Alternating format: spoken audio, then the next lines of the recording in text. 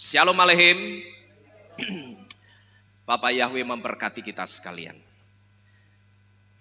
Bapak Ibu Saudara sekalian, tidak terasa pada pagi hari ini kita kembali masuk dalam rangkaian perayaan 7 hari raya lagi.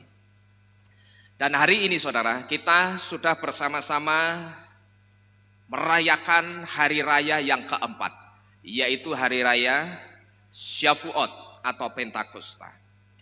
Nah saudara-saudara sekalian, sebelum kita masuk lebih dalam ke dalam firman Tuhan, ada yang harus saya luruskan dulu soal perayaan Shavuot atau Pentakosta ini saudara. Yang selama ini oleh kekristenan, Shavuot atau Pentakosta itu seringkali dikenal hanya sebagai hari raya pencurahan Roh Kudus. Ketika kekristenan mengenal Shavuot atau Pentakosta sebagai hari raya pencurahan Roh Kudus, saya katakan ini tidak salah saudara. Ya, ini benar, tidak salah. Tetapi yang jadi masalah sebetulnya ada yang jauh lebih dalam dari sekedar pencurahan Roh Kudus.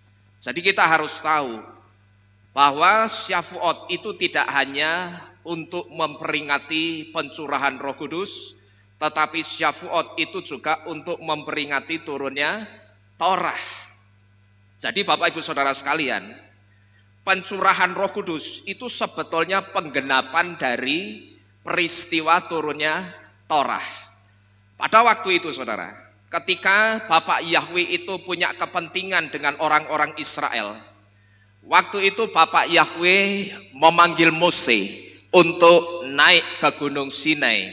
Dan pada waktu itu kita tahu ketika Mose sudah berbicara dengan Bapak Yahweh selama 40 hari 40 malam, tepat pada hari yang ke-40 Bapak Yahweh memberikan 2 loh batu yang berisi 10 mitzvot atau 10 perintah atau 10 Torah Yahweh.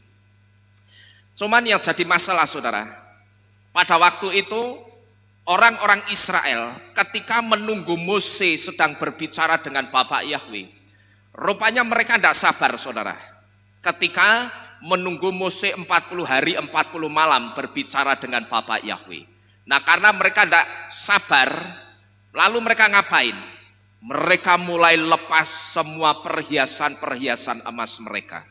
Mereka mulai melepas anting-anting emasnya, mereka mulai melepas gelang emasnya, mereka mulai melepas cincin emasnya, bahkan mungkin kalau pada waktu itu ada yang giginya itu gigi dari emas, mungkin dicopot saudara.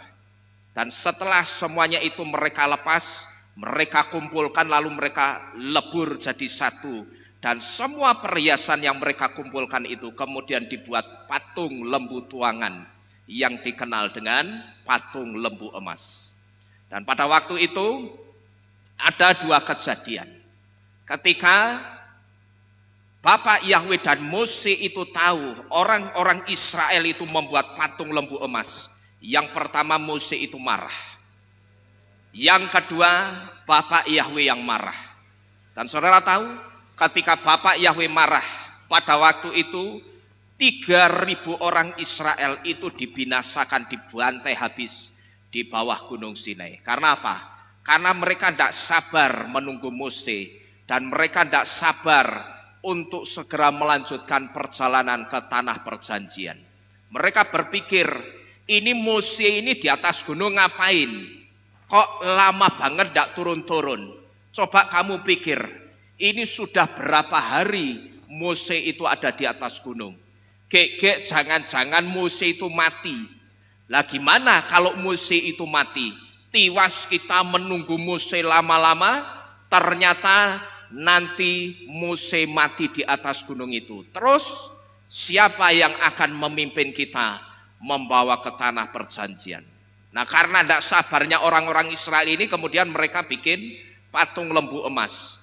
Dan pada saat itu saudara, Bapak Yahweh murka dengan orang-orang Israel dan 3.000 orang Israel itu dibantai habis oleh Bapak Yahweh.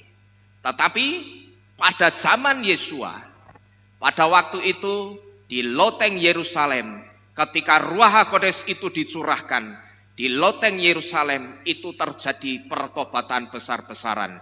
Waktu itu 3.000 orang juga lahir baru bertobat dan menerima Yesua sebagai Tuhan dan Juru Selamatnya.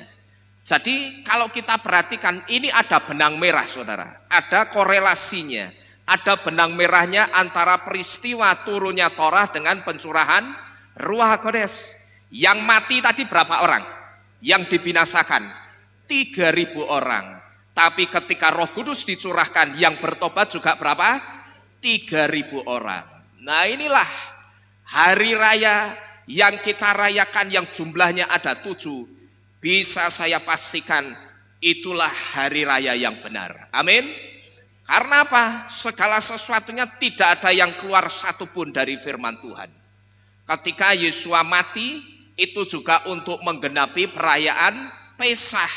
Pesah itu dari kata Passover yang artinya melewati.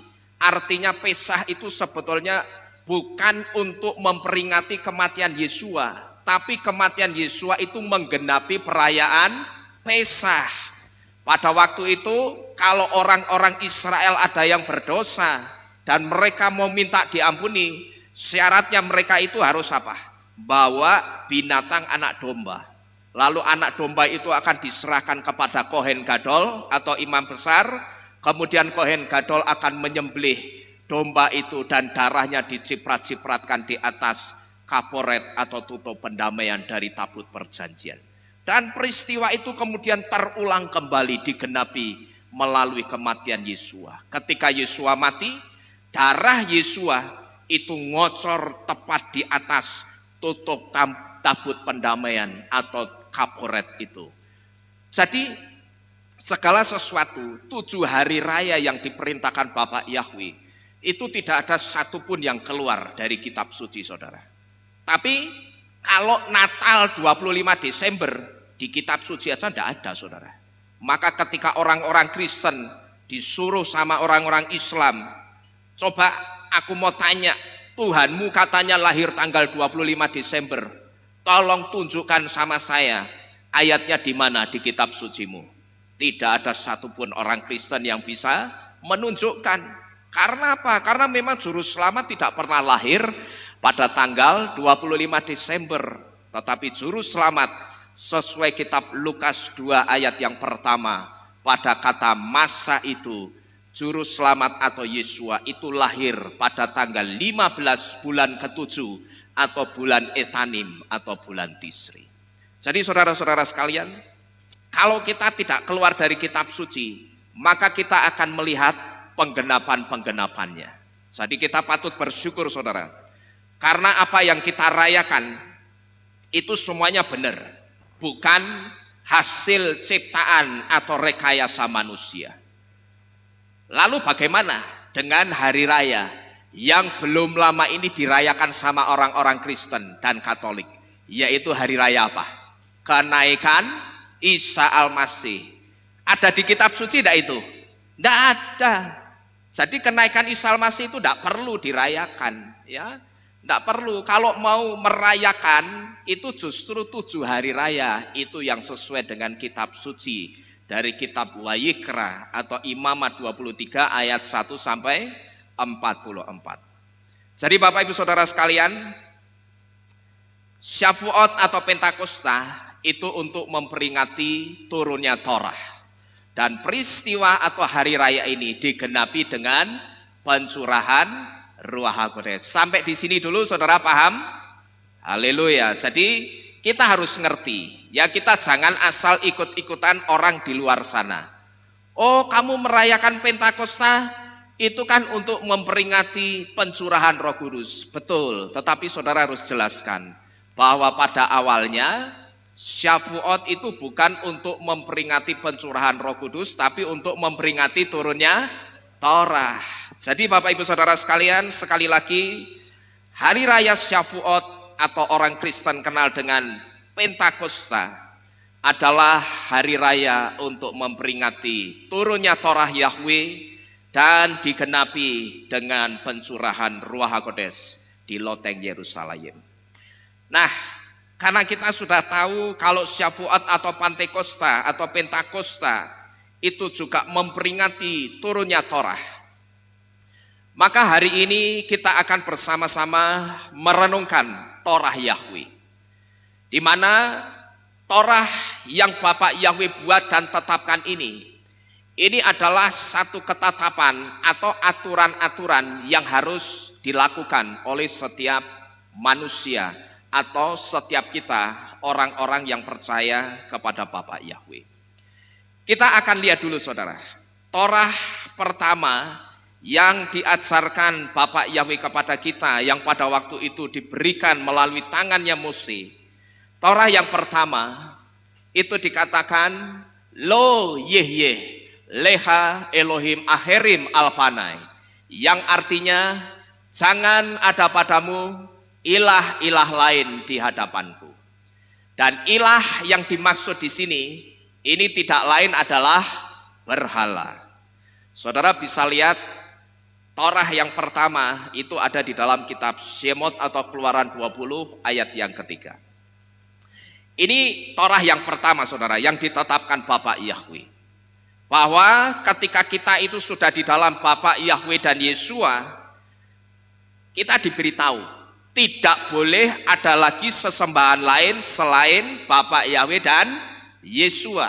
Di sini jelas ya, jangan ada padamu ilah-ilah lain di hadapanku. Ini artinya setelah kita itu sudah di dalam Bapak Yahweh dan Yesua, tidak boleh ada lagi nama Tuhan lain yang keluar dari mulut kita. Hanya Bapak Yahweh dan Yesua.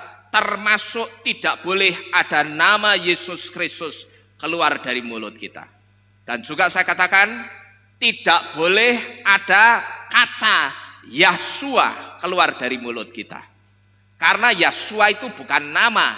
Maka saya katakan apa? Tidak boleh ada kata Yahshua keluar dari mulut kita. Yahshua itu bukan nama. Yahshua itu makna, gitu loh. Yahshua itu dari kata Yahweh Mosua, yang artinya Yahweh yang menyelamatkan. Tapi Yahshua itu bukan nama. Jadi kalau saudara mau panggil nama juru selamat kita, ya siapa? Yesua, itulah nama juru selamat kita. Jadi kalau sudah kita diberitahu jangan ada berhala lain di hadapanku, ini juga termasuk jangan sekali-kali keluar dari mulut kita nama Yesus Kristus lagi. Karena saya sudah pernah memberitahu Yesus Kristus itu bukan Tuhan. Dia cuma Tuhan yang dibuat untuk menandingi juru selamat yang benar yang bernama Yesua. Jadi Bapak Ibu Saudara sekalian, ini yang pertama yang Bapak Yahweh ajarkan kepada kita. Nah tapi saudara, di Torah yang pertama ini, kita jangan berpikir bahwa yang disebut berhala itu cuman sesuatu yang berwujud seonggok patung atau seonggok arca. Kalau Bapak Yahweh ngomong jangan ada padamu ilah atau berhala lain di hadapanku, pikiran kita jangan hanya sempit saudara mikirnya. Kita jangan hanya berpikir oh yang dimaksud berhala atau ilah itu yang bentuknya seonggok patung atau seonggok arca, itulah berhala. Salah saudara.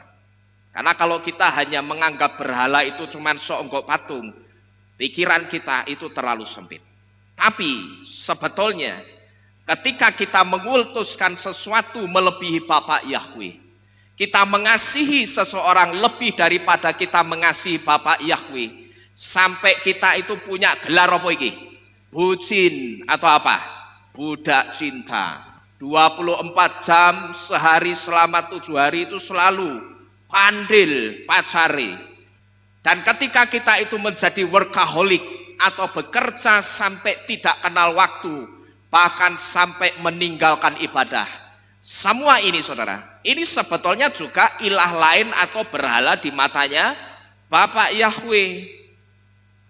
Orang-orang workaholic atau orang-orang yang saya sebut gila kerja, saya perhatikan seringkali waktunya untuk Tuhan itu dikorbankan untuk pekerjaannya.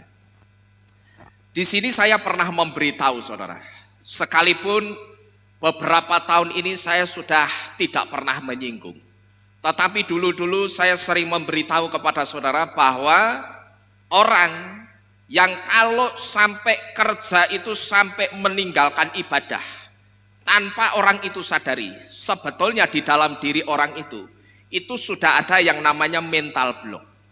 Ya, apa itu mental block? Yang namanya mental block itu berarti mentalnya di apa? Di blok gitu loh saudara. Orang kalau sampai kerja dan waktu kerjanya itu sampai meninggalkan jam-jam ibadah tanpa orang itu sadari, sebetulnya di dalam diri orang itu sudah ada mental blocknya. Nah, mental blocknya orang itu ngomong apa? Mental blocknya itu ngomong, kalau aku ndak kerja, termasuk kalau aku ndak kerja pas jam-jam ibadah, ya aku ndak bisa dapat duit, aku ndak bisa dapat uang. Dan kalau aku ndak dapat duit atau ndak dapat uang, itu artinya aku tidak akan bisa makan. Di sini saudara, kita harus hati-hati. Karena apa? Karena setiap kesibukan apapun yang sampai menyita waktunya Tuhan, sebetulnya kesibukan seperti itu adalah strateginya setan untuk menjauhkan kita dari siapa? Bapak Yahweh, gitu loh saudara. Karena intinya apa? Setan itu tidak suka kalau orang itu dekat-dekat sama Tuhan. Saudara, kalau ibadah itu tujuannya mau dekat saya atau mau dekat Tuhan? Saya tanya. Mau dekat Tuhan, mau dekat Bapak Yahweh. Jadi saudara datang ibadah karena mau dekat siapa? Bapak Yahweh. Betul enggak? Betul ya. Nah, tapi setan itu enggak suka. Maka dengan berbagai cara dia bikin strategi satu. Dia bikin plan A, plan B, plan C, plan D sampai plan Z. Yang tujuannya kalau plan A ini gagal, dia akan pakai plan B. Plan B gagal pakai C, C gagal pakai D sampai seterusnya Z. Lah kalau tekan Z gagal B Pak, yo A kuadrat. Gitu loh. A kuadrat gagal, yo B kuadrat. Itu yang dipakai setan. Karena apa? Kita harus ingat, setan itu punya satu sifat yang namanya pantang menyerah. Dia tidak akan pernah menyerah menjatuhkan orang-orang percaya sebelum orang-orang percaya itu jatuh. Ini sifat setan yang bagus loh saudara, yang harus kita tiru.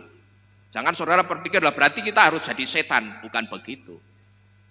Setan sekalipun dia itu disirik, tapi dia punya sifat-sifat yang bagus. Satu di antaranya dia pantang menyerah.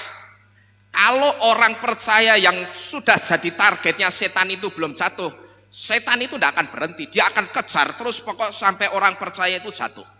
Ya, jangan sampai aku itu tidak punya teman di neraka gitu loh. Maka dia akan kejar terus bagaimana caranya sampai orang-orang percaya itu jatuh, saudara-saudara sekalian. Ini sifat yang saya katakan bagus, yang harus kita tiru. Sekalipun setan itu sebetulnya ngerti, dia mau targetnya nutup. Katakanlah setan itu ada bosnya ya, terus setan bosnya punya anak buah satu-satu. Kamu tak target 10 jiwa orang percaya, bulan ini harus dapat. Katakanlah targetnya setan itu nutup 10 orang. Bahkan lebih 100 orang dia bisa dapat, atau 100 orang bisa berhasil dia jatuhkan. Saudara tahu, pada akhirnya setan itu juga ngerti penghukuman api neraka itu akan apa? Menanti dia. Endingnya enak enggak kira-kira? Enggak enak. Endingnya kehidupannya setan itu enggak enak saudara. Endingnya apa sih? Api neraka. Tapi setan pantang menyerah? Enggak. Tapi saya perhatikan orang-orang percaya Bapak Yahweh yang sudah dikasih tahu endingmu itu hayim lanitsah, hidup kekal bersama Bapak Yahweh. Terkadang saya perhatikan ada persoalan sedikit, ada rasa badan tidak enak sedikit, ngeringkel, narik selimut, ibadah besok minggu depan aja. Ya, karena masih ada ibadah Sabat, masih ada ibadah Rison, kita bisa ibadah minggu depan saja. Ya, jadi tirulah sifatnya setan. Sekalipun setan itu disirik dan tidak disukai orang, tetapi dia punya sifat yang sangat baik, dia pantang menyerah, satu di antaranya.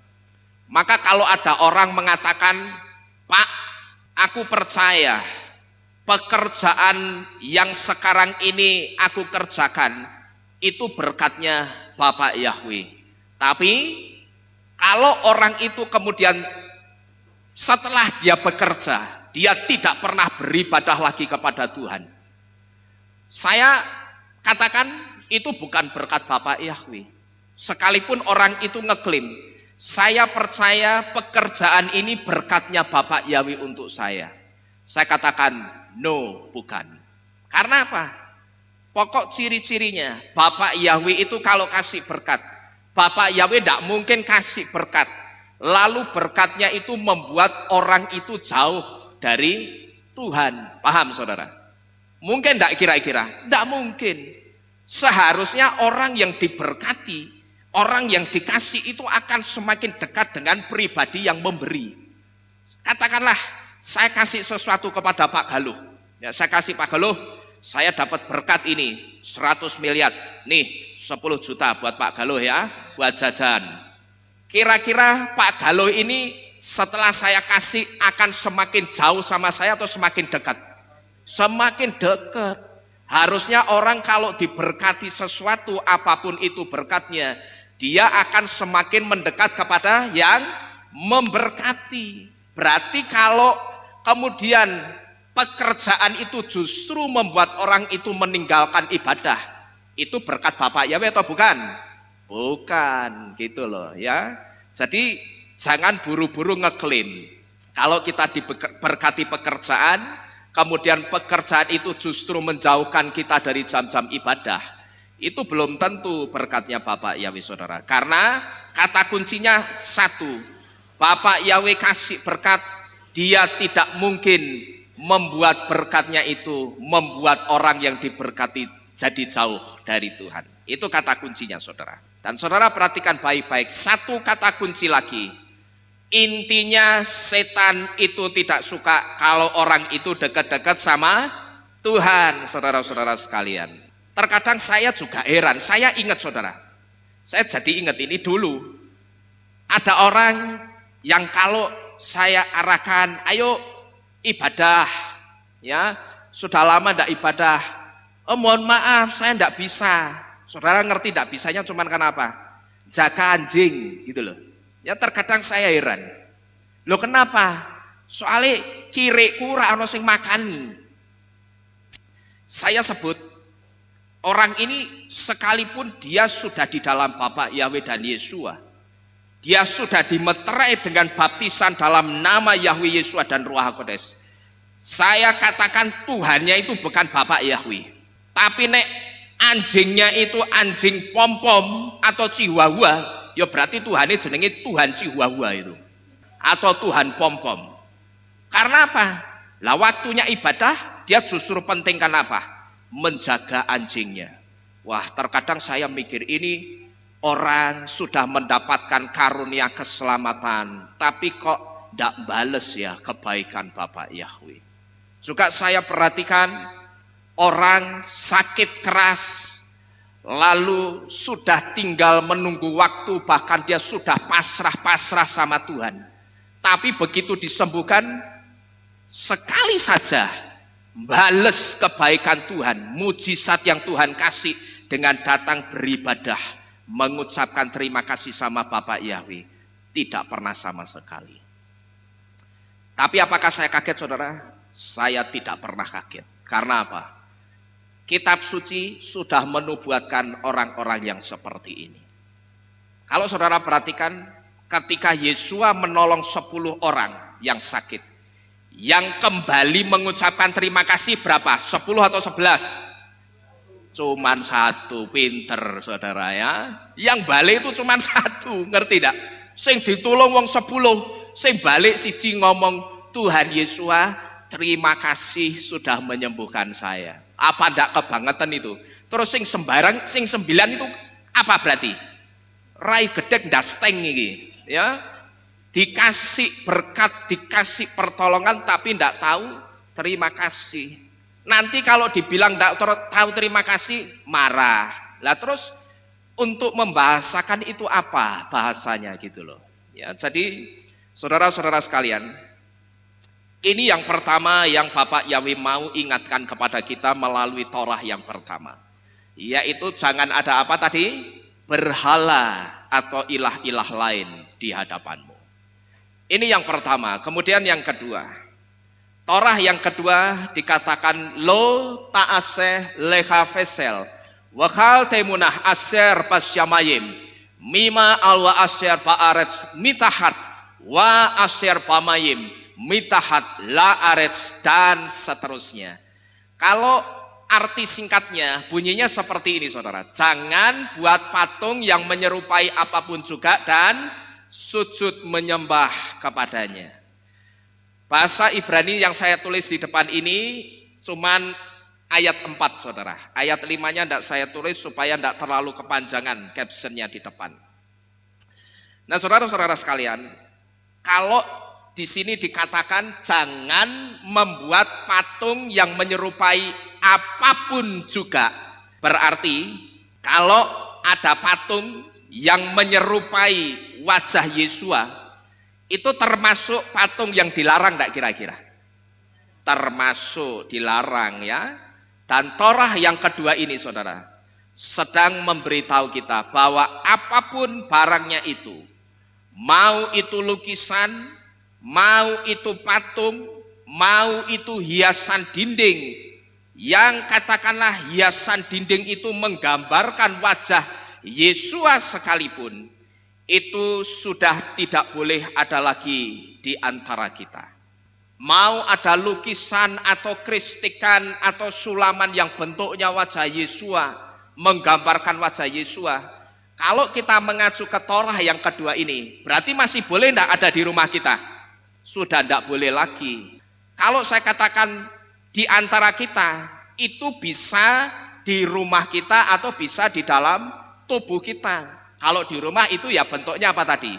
Sulaman, terus apalagi? Lukisan, terus apalagi biasanya? Patung atau cetakan dari gip yang bentuknya wajah Yesua. Itu kalau di rumah. Lalu kalau di tubuh kita apa? Bisa tato atau bisa yang namanya apa ini? Sing gandul di sini apa? Liontin atau kalung yang tergantung di leher kita. Itu sudah tidak boleh lagi. Kalau kita mengacu ke Torah yang kedua, liontin bentuk salib, liontin gambar Yesus itu sudah tidak boleh lagi.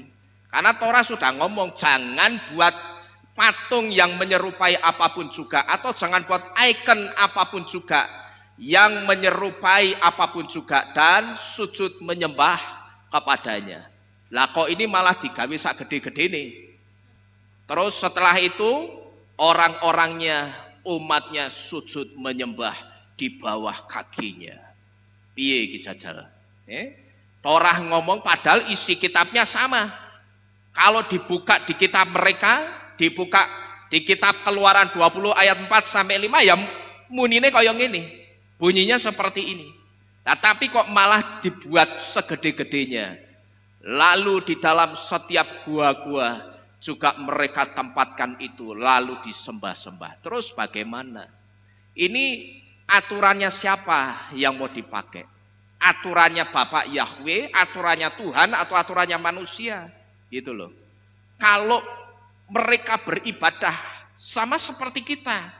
Kita ibadah itu kan nyari siapa? Nyari Tuhan. Mereka ibadah juga nyari Tuhan. Tapi anehnya kok aturannya yang dipakai aturan manusia. Kok bikin aturan sendiri? Bukan aturannya Bapak Yahweh atau aturannya Tuhan yang mereka pakai. Jadi saudara-saudara sekalian, mungkin ada di antara kita juga yang berpikir begini. Wah berarti Pak, kalau saya ingin ada gambar atau barang untuk menunjukkan identitas iman kita di rumah, berarti gimana? Tidak boleh Pak. Saya katakan boleh. Yang penting jangan gambarnya Yesus Kristus dan jangan saudara pasang salib lagi di rumah saudara. Karena kita sudah diberitahu salib itu simbol dari kutuk seperti kitab Galatia 3 ayat 13. Saudara pasang saja seperti ini. Sekarang bikin banner seperti ini tidak sulit saudara. Saudara datang ke percetakan digital di mana-mana, suruh bikinkan seperti ini, itu bisa. Ya, dan harganya murah. Dulu kita bikin selebar ini kalau tidak salah habisnya cuma tidak sampai 500.000. Kalau saudara mau tulisan Ibrani seperti ini, saya masih ada draftnya. Saya boleh kasih pinjam saudara, lalu saudara cetakkan di digital printing seperti ini. Hasilnya bagus saudara. Dan justru ini yang benar. Tapi nek saudara pasang salib gede-gede di rumah, ini justru saudara ngundang kutuk gitu loh. Tanpa saudara sadari, saudara itu sedang ngasih tempat untuk kutuk. Karena Galatia 3 ayat 13 sudah jelas memberitahu, terkutuklah orang yang tergantung di atas kayu salib. Jadi salib kenapa dikatakan orang sampai terkutuk kalau gantung di kayu salib? Berarti salib itu simbolnya kutuk gitu loh saudara. Ya pasang seperti ini. Nama Yahweh dan Yesua. Justru ketika saudara bikin digital printing seperti ini, ketika ada orang datang ke rumah saudara, ini kan bukan tulisan yang lazim, yang banyak orang ngerti. Dan ketika mereka masuk, mereka melihat termasuk tulisan ini Latinnya, ini jadi Ibraninya, ini cara bacanya di sini. Orang akan bertanya, lo itu huruf apa? Gitu loh. Nah disitulah saudara bisa pakai kesempatan itu untuk menyampaikan kebenaran. Jadi kalau saudara ingin menunjukkan identitas iman saudara, pakailah atribut yang benar. Kalau mau identitas yang bentuk fisik seperti ini gantinya salib. Yang benar itu kaki dian atau menorah seperti ini. Inilah simbol iman kita, atau kaki dian yang cabangnya ada 7. Kenapa 7? Karena 7 itu segala sesuatunya berbicara tentang Bapa Yahweh dan Yesua. Bapa Yahweh menciptakan langit, bumi dan segala isinya itu sampai pada hari yang keberapa? Pada hari yang ke-6. Lalu pada hari yang ke-7 Yahweh beristirahat. Terus ada apa lagi yang kaitannya dengan angka 7 yang sekarang sedang kita rayakan? Apa? 7 hari raya. Lalu kalau saudara lihat di dalam kitab Giliana atau Wahyu, ada 7 malaikat, 7 kehilat, 7 sangkakala, 7 meterai, dan 7 lainnya. Ada 7 ruah juga atau 7 roh. Inilah simbol iman kita yang benar, yang namanya menorah, bukan salib saudara ya. Jadi kalau saudara mau pasang atribut, pasanglah yang seperti ini atau tulis nama Yahweh di rumah saudara. Ini Torah yang kedua. Kemudian Torah yang ketiga dikatakan lo tisa et shem Yahweh Elohecha lasau ki lo yehnahe Yahweh et asher yisa et shemu lasau, yang artinya jangan menyebut nama Yahweh Elohimu untuk kesia-siaan. Saya rasa Torah yang ketiga ini tidak perlu saya jabarkan panjang lebar, karena saya sudah sering menjelaskan di tempat ini. Yang dimaksud tidak boleh menyebut nama Yahweh dengan kesia-siaan, itu misalnya kalau apa? Kita mau utang, terus kita ngomong, Pak Hok, tolong saya pinjemin uang 1 miliar. Pak Hok ngerti tidak? Nek Pak Hok pinjemin uang saya 1 M, Pak Hok nanti akan diberkati Bapak Yahweh. Nah yang seperti ini tidak boleh saudara. Ini namanya saudara itu sedang menggadekan atau menjaminkan nama Yahweh ke Pak Hok gitu loh. Pak Hok kalau saya dipinjemi, lihat saja Pak Hok mesti diberkati Bapak Yahweh. Bapak Yahweh rasa ngutang, masa jenenge mbok gadekke. Ya jelas tidak mau gitu loh saudara-saudara sekalian. Jadi itu yang pertama yang dimaksud dengan jangan menyebut nama Yahweh untuk kesia-siaan, untuk jaminan utang itu sia-sia. Terus apalagi misalkan kita kepleset Yahweh, nah itu latah ngomong Yahweh, itu sudah sia-sia saudara-saudara sekalian. Yang benar harusnya ngomongnya apa? Kalau misalkan kepleset atau diserempet becak ngomongnya apa? Hosana gitu loh, selamatkan aku, artinya selamatkan aku gitu loh ya. Jangan kepleset Yahweh. Kalau yang ngomong itu bukan orang latah masih mending. Nek sing ngomong latah Yahweh terus tambahi kebun binatang, tambahi apa lagi? Kebun-kebunan, wah kan bahaya itu, ya kan? Hati-hati, ini yang dimaksud dengan jangan kita menyebut nama Yahweh Elohim itu untuk kesia-siaan. Tapi yang pasti ketika saudara memanggil nama Yahweh, Bapak Yahweh itu tidak pernah keberatan. Tapi justru Bapak Yahweh itu ingin namanya dipanggil dan saudara puji-puji. Amin. Justru Bapak Yahweh tidak keberatan. Asal saudara memanggil dalam koridor yang benar. Ini yang ketiga. Kemudian Torah yang keempat dikatakan Sakor et Yom Hasabat Lekatsu, yang artinya ingatlah hari Sabat untuk menguduskannya. Saya bersyukur di tempat ini semakin banyak jemaat Tuhan yang sudah taat menguduskan hari Sabat. Saudara yang belum menguduskan hari Sabat, segera kuduskan dan beribadahlah pada hari Sabat, supaya saudara itu jangan sampai dicap Bapak Yahweh sebagai Torahlessness. Apa itu Torahlessness? Torahlessness itu orang yang dianggap Bapak Yahweh melakukan kejahatan karena tidak melakukan Torah. Kok saya ngomong begitulah, kaitannya sama Sabat apa Torah? Karena Torah itu Sabat, Sabat itu Torah, gitu loh saudara. Buktinya apa? Di Torah yang keempat dikatakan apa ini? Sakor et Yom Sabat Lekatsu, yang artinya ingatlah hari Sabat untuk menguduskannya. Berarti Sabat itu Torah atau bukan? Torah, gitu loh. Sabat itu Torah. Kalau saudara tidak melakukan Torah, tidak menguduskan hari Sabat, ya saudara harus menerima kalau saudara dicap sebagai Torahlessness, orang yang dianggap membuat kejahatan karena orang itu tidak melakukan Torah. Yang satu diantaranya, Torah itu mengajarkan supaya orang-orang percaya Bapak Yahweh apa ini? Menguduskan hari Sabat, saudara-saudara sekalian.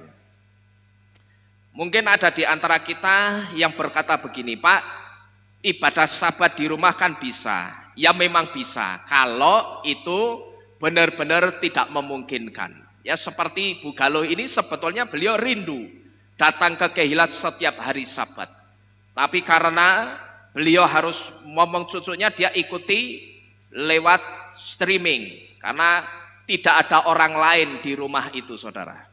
Beliau ikuti lewat streaming. Tapi kita lihat sendiri, kemarin ketika anaknya libur, ada yang ngomong cucunya, beliau benar-benar datang ibadah Sabat.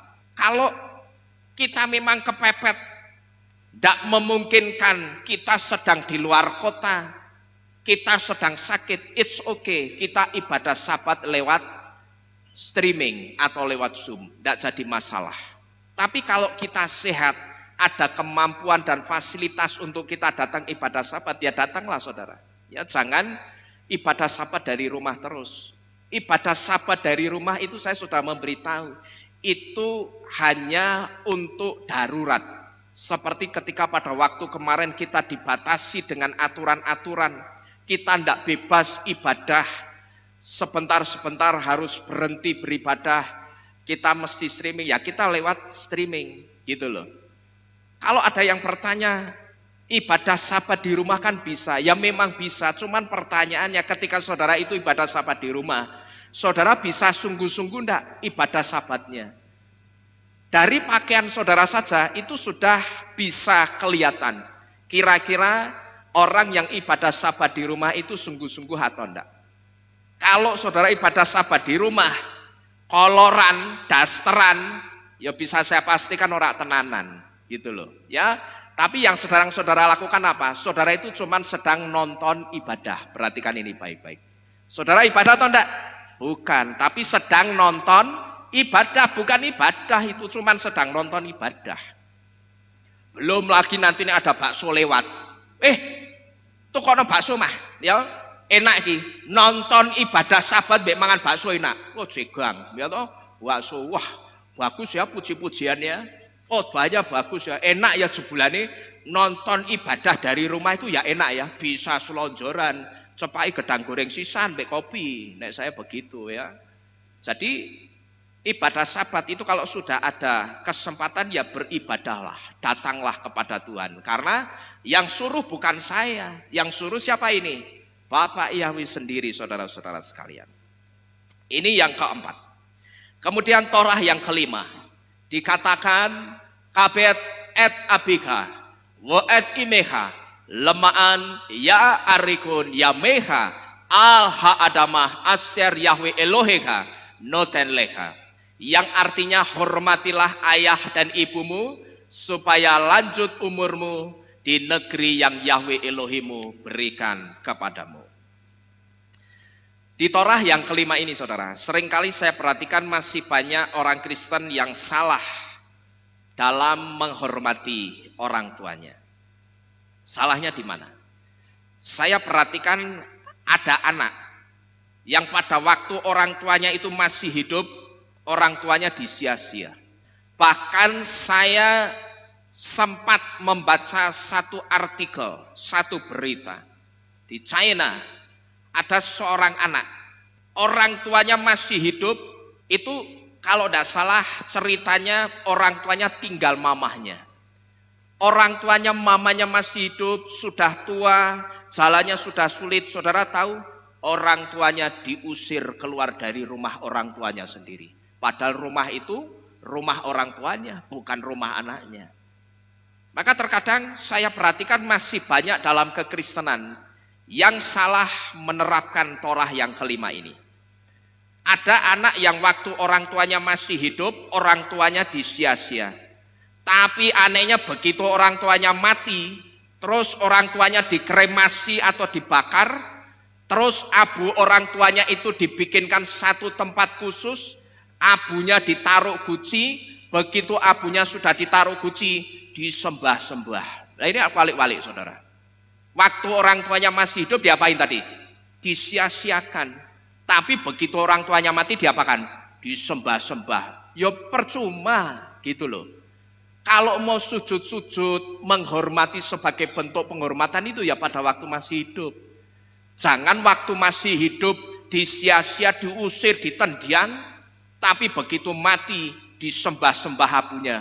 Labu disembah. Gitu loh. Ya ndak ada artinya apa-apa. Ini kan walik-walik. Dan ketika sekarang ini iman kita itu sudah di dalam Bapa Yahweh dan Yesua, saya harus memberitahu kepada saudara-saudara sekalian satu hal yang sangat penting ini saudara. Seperti kita ketahui, iman saudara dan saya itu sudah di dalam Bapa Yahweh dan Yesua. Dan kalau sekarang ini kita sudah di dalam Bapa Yahweh dan Yesua, kalau suatu hari nanti ada keluarga kita yang meninggal, ada dua hal yang harus kita perhatikan. Yang pertama, jangan pernah lagi mengkremasi atau membakar jenazah keluarga kita. Ya, sekali lagi saya ngomong, kalau kita sekarang sudah di dalam Bapa Yahweh, nanti kalau ada keluarga kita yang meninggal, yang pertama jangan lagi dikremasi atau dibakar, tapi dikubur di tanah. Seperti yang firman Tuhan katakan di dalam kitab Kohelet atau kitab Pengkhotbah, bahwa debu akan kembali ke tanah seperti yang telah ada, dan ruah atau roh kembali kepada Elohim atau kembali kepada Bapa Yahweh yang mengaruniakan. Nah cuman pertanyaannya begini, mungkin saudara itu ada di tengah-tengah kesulitan. Artinya apa? Pak, bagaimana kalau di tengah-tengah keluarga besar saya yang menerima Bapak Yahweh dan Yesua dan sudah berakar ke iman yang benar cuman saya? Bagaimana kalau keluarga saya itu katakanlah masih Konghucu yang identik kalau ada keluarganya yang meninggal akan dikremasi? Nah saudara-saudara sekalian, yang pertama kita jangan menyerah dulu. Wah, keluargaku itu jumlahnya ada 20 orang, anaknya papa mamahku. Sedangkan aku yang paling bontot, yang paling kecil, yang paling bungsu, yang 19 itu kakak-kakakku. Dan mereka aku perhatikan sudah sukses-sukses sedangkan aku belum. Jangan sekali-kali saudara merasa kalah dulu saudara. Tapi ingatlah baik-baik, siapapun yang ada di depan kita, orangnya, dia mau sesukses apapun orang itu, ingatlah satu hal, bahwa roh Bapak Yahweh dan Yesua yang ada di dalam saudara dan saya itu jauh lebih besar dari siapapun. Amin. Kalau saya katakan jauh lebih besar dari siapapun, berarti jangan sampai saudara itu kalah wibawa, gitu loh. Ingat, di dalam saudara itu ada wibawanya Bapak Yahweh. Saya ketemu siapapun, saya beritahu kebenaran, saya tidak pernah takut. Siapapun yang saya hadapi di depan saya, saudara. Kalau saudara berpikir bagaimana? Kalau keluarga besar saya itu sebagian besar orangnya belum percaya Bapak Yahweh dan Yesua. Yang pertama, jangan kalah wibawa, tapi kasih pengertian yang benar. Seharusnya seperti ini. Kalau mengacu kepada kitab suci, yang benar harusnya kalau papa atau mama ini meninggal, ya harus dikubur di tanah. Karena kitab suci ngomong, tetapi debu akan kembali ke tanah seperti yang telah ada, dan roh akan kembali kepada Bapa yang mengaruniakannya. Nah, tapi pertanyaannya begini, bagaimana Pak kalau mereka itu tetap menolak konsep pemakamannya Bapak Yahweh? Bagaimana kalau keluarga saya itu tetap menolak konsep cara ngubur orang mati yang diajarkan Bapak Yahweh yang benar? Kalau mereka tetap menolak, saudara perhatikan baik-baik, jangan sekali-kali saudara ambil bagian dalam seremoni atau upacaranya. Bahkan kalau urunan saja, kalau saya saudara tidak mau. Karena apa? Kalau saya urunan untuk biaya kremasi, itu dengan kata lain saya sedang setuju atau mendukung kesalahan itu. Saya tanya, kalau kitab Kohelet atau pengkhotbah ngomong, tetapi debu akan kembali ke tanah, nek dikremasi benar atau salah? Saya tanya. Salah. Itu loh. Nek saudara ikut urun, ya wis, aku urun kremasi nih. Berarti saudara itu sedang apa? Ikut ambil bagian dalam kesalahan itu. Di hadapan Bapak Yahweh, saudara sudah kesalahan loh. Ya hati-hati. Jadi kalau mereka tetap bersikeras, ya sudahlah. Karena ini bukan cuman papa mamahku sendiri, tapi papa mamah untuk ke-20 anaknya. Ya sudah. Kalau memang suara terbanyak minta dikremasi, ya silahkan dikremasi. Tapi mohon maaf, aku tidak mau ikut ambil bagian dalam seremoninya. Termasuk aku juga tidak mau ikut urunan untuk biaya kremasinya. Jangan pernah saudara ikut-ikutan. Memang saya katakan resikonya saudara akan diceng, saudara akan diomongi macam-macam. Tetapi percayalah sesuai kitab Markus 13 ayat 13 katakan, kamu akan dibenci semua orang karena namaku, karena kebenaranku. Tapi yang bertahan sampai kepada kesudahannya, kamu akan diselamatkan. Amin. Saudara milih diselamatkan keluarga saudara atau Bapak Yahweh? Ayo. Ya toh, nek saya milih diselamatkan Bapak Yahweh, saya tidak peduli. Mau diceng orang, dijauhi orang, ditinggalkan sahabat, bahkan mungkin keluarga saya sendiri. Saya tidak peduli. Satu hal yang saya percaya, kalau sampai saya ditinggal orang-orang terbaik saya, sahabat saya, bahkan mungkin keluarga saya karena kebenaran, satu prinsip yang saya pegang baik-baik sampai saya mati. Kamu boleh meninggalkan saya, tapi aku percaya Bapak Yahweh pasti kirim 1000 orang-orang baik mendatangi kehidupanku. Amin. Kita boleh ditinggal satu sahabat kita, tapi percayalah Bapak Yahweh mesti kirim 1000 orang-orang baik yang jauh lebih baik dari sahabat kita datang dan menjadi bagian dalam kehidupan kita. Apa tidak dahsyat itu Bapak Yahweh? Saya ngomong begini, jangan saudara kira tidak ada buktinya. Ada buktinya saudara. Kita bisa melihat di sini bagaimana orang-orang yang tidak benar doa saya. Kalau saudara ngerti yang namanya Pak Yoko. Pak Yoko itu yang kritis dengan setiap ucapan saya.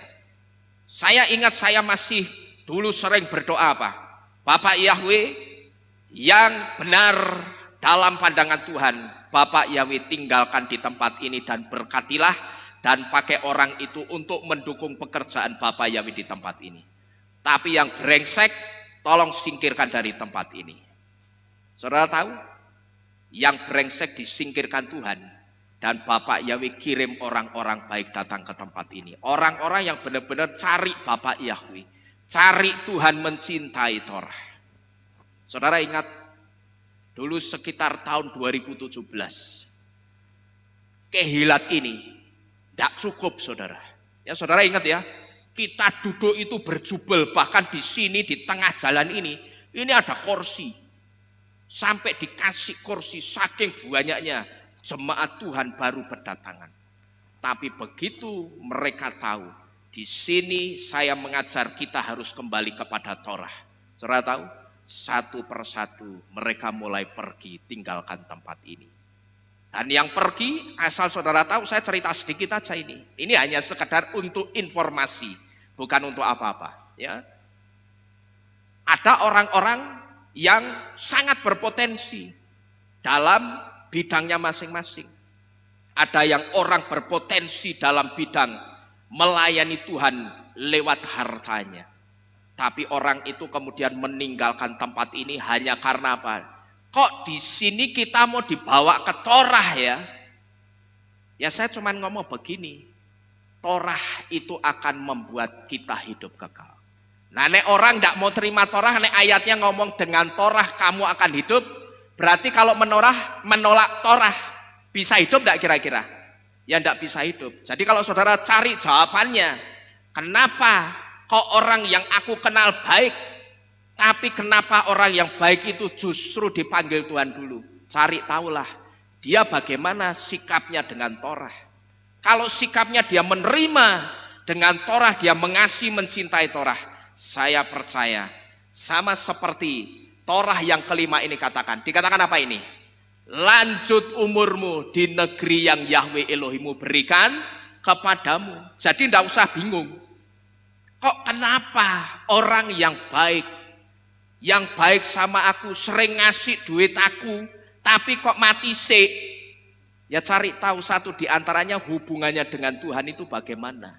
Terus dengan Torah itu bagaimana. Dia mencintai atau dia melawan, bertentangan, atau yang paling parah jangan-jangan justru dia meniadakan Torah gitu loh. Ya tidak mungkin bisa panjang umur. Karena apa? Yang panjang umur itu hanya orang yang apa ini? Mencintai Torah Yahweh gitu loh. Saya yang ngomong bukan saya, yang ngomong ini. Supaya lanjut umurmu di negeri yang Yahweh Elohimmu berikan kepadamu gitu loh saudara-saudara sekalian. Jadi kalau saudara bertanya-tanya, inilah jawabannya. Jadi Bapak Ibu Saudara sekalian, kembali saya ulangi. Kalau keluarga besar saudara menolak jenazah orang tua saudara dimakamkan atau keluarga saudara yang lain dimakamkan secara dikubur, saudara jangan pernah ambil bagian dalam seremoninya. Saya masih ingat dulu kita ada jemaat Tuhan di tempat ini yang namanya Pak Handoko. Saudara tahu? Istri dan anaknya menghendaki supaya Pak Handoko ini pemakamannya dikubur. Tetapi pada waktu itu keluarga besarnya, bahkan yang ngegongi supaya jenazahnya Pak Handoko itu dikremasi, itu justru pendeta loh saudara. Saya tidak perlu sebut sinodenya apa. Dia pendeta saudara. Saudara ngerti? Justru pendeta yang setelah saya selidiki, pendeta itulah yang justru ngegongi, yang nyuruh ini Handoko dikremasi aja. Karena biaya perawatannya itu murah. Nek dikubur mesti keluar biaya perawatan tahunan. Wong biaya perawatan tahunan itu tidak mahal. Ibu saya itu setahun cuman di Kedung Mundu 100.000 perawatannya. Larang apa nih saya tanya. Gitu loh. Tidak mahal. Nah kok ini orang mahal, bilang mahal, bahkan untuk sesuatu yang berkaitan dengan iman percaya, dia jual begitu saja, hanya takut dengan biaya perawatan. Waktu itu saya sudah ngomong sama istri dan anaknya. Saya coba bela istri dan anaknya. Saya coba tenangkan karena pada waktu itu anaknya sampai nangis geru-geru di rumah duka Panti Wiloso. Saya coba tenangkan anaknya, sudah coba tenang. Nah ketika Saya coba tenangkan, saya duduknya berhadapan-hadapan dengan Pak Pendeta ini. Saya coba tenangkan, ya sudah, apapun yang terjadi, kita berdoa minta tolong Bapak Yahweh. Ibu dan Stella pengen papi dikubur, kita minta tolong Bapak Yahweh supaya Bapak Yahweh buka jalan. Singkat cerita, Bapak Yahweh buka jalan. Tapi sebelumnya saya ngomong, saudara, Bu dan Noni, mohon maaf ya, nanti kalau keluarga besar tetap menghendaki dikremasi, mohon maaf, Om tidak bisa melayani upacara pemakamannya. Om tidak mau melayani upacara pemakamannya. Sekalipun mereka berdua jemaat di sini, mereka bertiga tadinya berjemaat di sini, saudara. Sekalipun itu jemaat, tapi saya sudah ngomong di depan. Kalau keluarga besar tetap mendesak harus dikremasi, mohon maaf, saya tidak bisa melayani upacara pemakamannya. Karena apa? Karena kalau saya tetap melayani, saya akan kesalahan di hadapan Tuhan, saudara. Kalau saya lebih takut Tuhan, ya, saya lebih takut Tuhan. Saya sudah ngomong, pokok kalau keluarga besar menghendaki tetap dikremasi, mohon maaf, saya tidak bisa melayani upacara pemakamannya. Silahkan cari pendeta lain saja, ya, sekalipun itu jemaat. Ini yang pertama. Kalau ada keluarga kita yang meninggal dan prosesi pemakamannya bukan dikembalikan ke tanah, jangan sekali-kali kita ikut ambil bagian dalam seremoninya. Yang kedua, kalau ada keluarga kita yang meninggal, tetapi keluarga kita, katakanlah kita mungkin anak sematawayang, hanya kita yang percaya Bapak Yahweh, sedangkan orang tua kita masih dari iman yang lain. Yang kedua, saudara, jangan saudara lagi pakai ritual seperti mecah semangka atau mecah genteng di jalan-jalan. Ya, tidak perlu. Iman kita sudah tidak perlu pakai ritual-ritual yang seperti ini. Kalau iman kita, kalau orang yang percaya Bapak Yahweh yang meninggal, kalau orang itu dikasih talit, ketika dia meninggal, cukup saudara potong sit-sitnya ini. Yang artinya tugasnya melayani Bapak Yahweh di dunia ini sudah selesai. Saudara potong. Sit-sitnya dipotong, maka dengan begitu itu menandakan bahwa tugasnya melayani Bapak Yahweh sudah selesai di dunia ini. Lalu yang kedua, jangan saudara pakai ritual mecah semangka atau mecah gendeng di jalan-jalan. Karena apa? Karena konon ritual mecah semangka itu untuk apa, saudara ngerti semangkanya? Untuk penghuni neraka yang kehausan. Jadi dititipke ngono ceritanya, paham enggak? Semangka itu ceritanya dititipke sama yang meninggal. Masalahnya kalau tadi dikatakan semangkanya ini untuk penghuni neraka yang kehausan. Lah kalau untuk ngantar semangkanya untuk penghuni neraka, berarti sing mati kudu mlebu dhisik. Harus masuk mana dulu? Masuk neraka dulu. Sama aja masukin orang tuanya kemana? Ke neraka, gitu loh. Pertanyaannya, kalau orang sudah masuk neraka sing iso metu sapa jajal? Tidak ada yang bisa keluar. Jadi kalau kita sudah di dalam Bapak Yahweh dan Yesua, konsep orang percaya versi Konghucu, konsep orang percaya versi kejawen, dan versi-versi lainnya, itu sudah tidak ada lagi, saudara. Ya, jadi jangan saudara punya, oh aku percaya Bapak Yahweh tapi sing versi Konghucu, ora ono. Itu loh. Jangan saudara bikin versi sendiri. Di kitab suci itu tidak ada versi-versinan. Orang percaya Bapak Yahweh ya sudah percayanya sama Bapak Yahweh dan Yesua, titik. Tidak ada versi Konghucu, versi Jawa, versi kejawa ini ora ono. Gitu loh. Artinya aku memang percaya Bapak Yahweh, tapi aku juga merayakan hari raya di imanku, di tradisi keluarga besarku. Kalau tradisi itu tidak ada di dalam kitab suci, ya kita tidak boleh merayakan atau melakukan, saudara. Ya, tidak boleh lagi kita pakai di dalam iman kita yang sekarang. Kalau kita percaya Bapak Yahweh dan Yesua, pakai caranya Bapak Yahweh waktu pemakaman, yaitu dikembalikan kemana tadi? Ke tanah. Termasuk juga ini saya kasih tahu saudara sekalian ya, ketika nanti saudara diundang atau mungkin saudara itu dari kalangan Tionghoa, Tidak jadi masalah saudara mau dari suku, ras, atau kebangsaan apapun. Tidak jadi masalah. Karena siapapun kita di hadapan Bapak Yahweh itu juga semuanya ciptaan Bapak Yahweh. Amin. Tapi saya harus memberitahu, kalau iman saudara itu sudah di dalam Bapak Yahweh dan Yesua, nanti kalau ada perayaan Sinsia, sebagai orang percaya Bapak Yahweh dan Yesua, kita sudah tidak boleh lagi ikut-ikutan saudara merayakan. Jangankan merayakan, ngasih ucapan selamat gongsi fatsai sudah tidak boleh. Selamat Idul Fitri sudah tidak boleh lagi. Yang larang siapa? Apakah saya? Bukan. Yang larang kitab suci. Kitab suci ngomong apa? Barang siapa ada orang masuk ke dalam rumahmu dan dia tidak membawa pengajaranku atau pengajaran Yesua, janganlah kamu memberi salam kepada orang itu. Yang larang bukan saya saudara, yang larang Yesua. Nampaknya cuman ucapan selamat ya Idul Fitri, gongsi fatsai. Tapi kalau untuk iman percaya kita sudah tidak boleh lagi saudara-saudara sekalian. Dan kita sudah tidak boleh ikut-ikutan merayakan.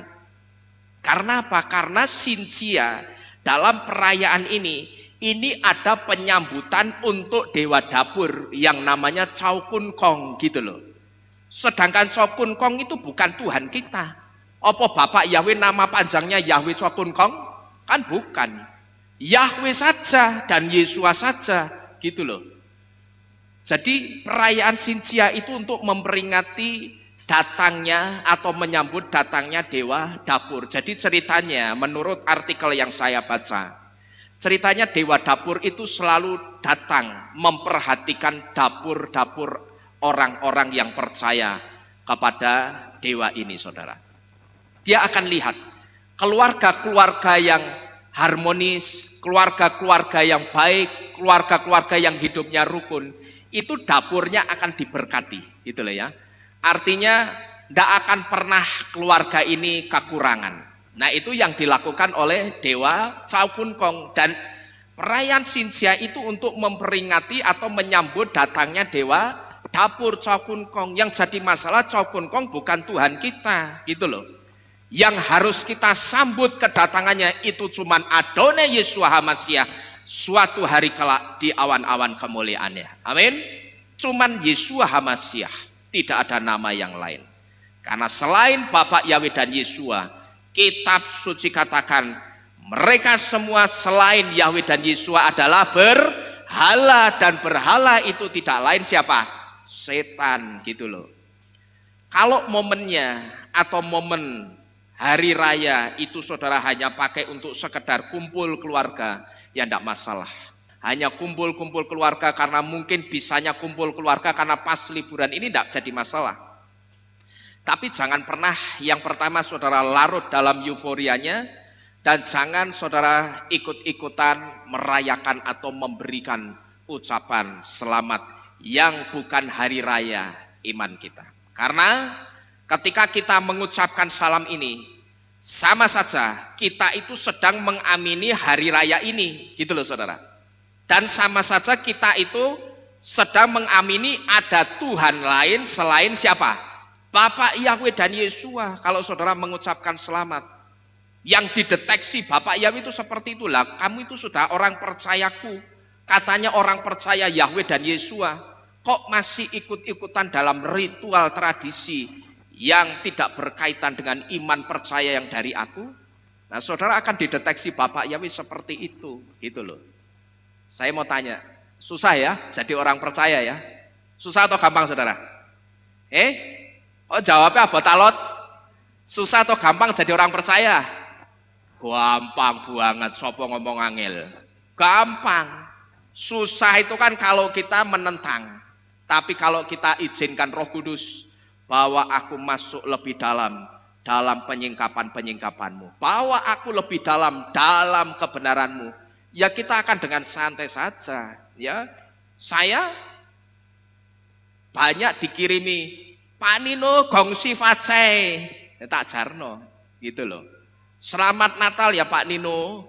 Terus mohon maaf lahir dan batin, wes campur gado-gado ya, semua ucapan itu datang ke saya.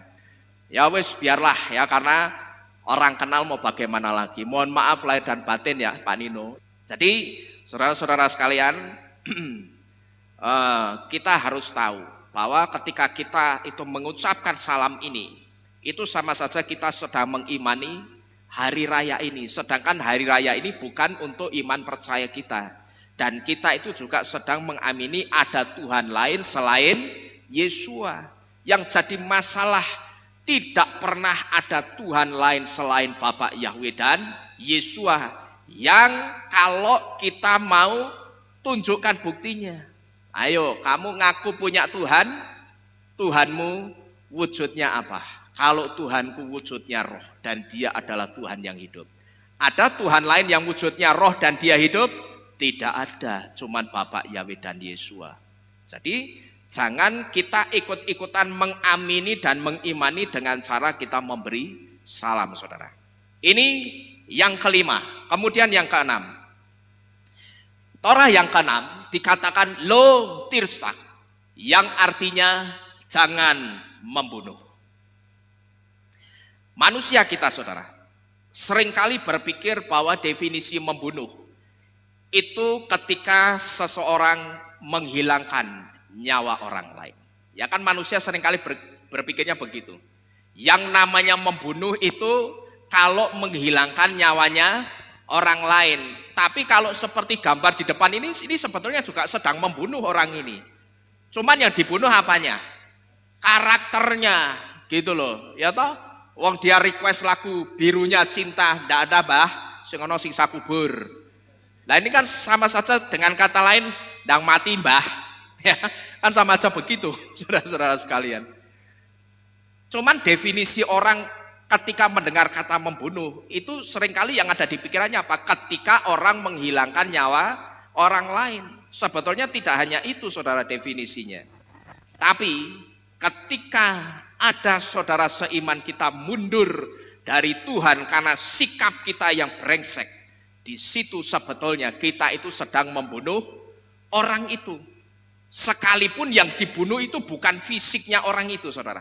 Ya, tapi saudara harus tahu, kalau sampai ada saudara seiman satu roh kita mundur dari pertemuan ibadah, bahkan parahnya mundur, kemudian orang itu tidak mau percaya Bapak Yahweh lagi, karena melihat orang-orang Bapak Yahweh percaya Bapak Yahweh kok brengsek, kok seperti ini, dan kemudian orang itu kembali ke imannya yang lama. Asal saudara tahu, saudara itu sedang membunuh orang itu loh. Sekalipun yang saudara bunuh itu bukan fisik orang itu, tapi yang saudara bunuh itu apanya? Apanya? Imannya orang itu, saudara-saudara sekalian. Ya, jangan kita membunuh orang lain dengan cara seperti ini. Ini namanya silent killer, ya, pembunuhan yang tidak kerasa, tidak keluar darahnya, tapi orang itu mati, gitu loh. Kalau orang itu mati imannya, itu bahaya, saudara. Orang sudah mati imannya, orang tawar imannya, jangankan mati imannya, tawar imannya itu aja sudah bahaya kok. Karena ketika orang itu imannya sudah tawar, untuk kemudian orang itu dibangkitkan untuk kembali kepada Tuhan lagi, itu susahnya minta ampun. Lebih gampang mempertobatkan orang yang baru daripada membangkitkan iman orang yang sudah tawar atau orang yang sudah mati imannya. Jadi hati-hati dengan sikap kita, ya, karena ketika sampai ada orang itu mundur, tidak percaya Bapak Yahweh lagi atau Yesua karena sikap kita, sebetulnya kita sudah membunuh orang itu. Kalau sikap saudara orang mundur karena sikap saudara yang memberitakan, menyampaikan kebenaran, it's okay, tidak apa-apa. Saudara tidak akan kesalahan di hadapan Tuhan. Tapi kalau orang itu mundur hanya karena sifat saudara yang brengsek, saudara tanggung jawabnya sangat berat di hadapan Tuhan. Ini yang keenam. Kemudian Torah yang ketujuh. Di situ dikatakan lo tinam, yang artinya jangan berzina.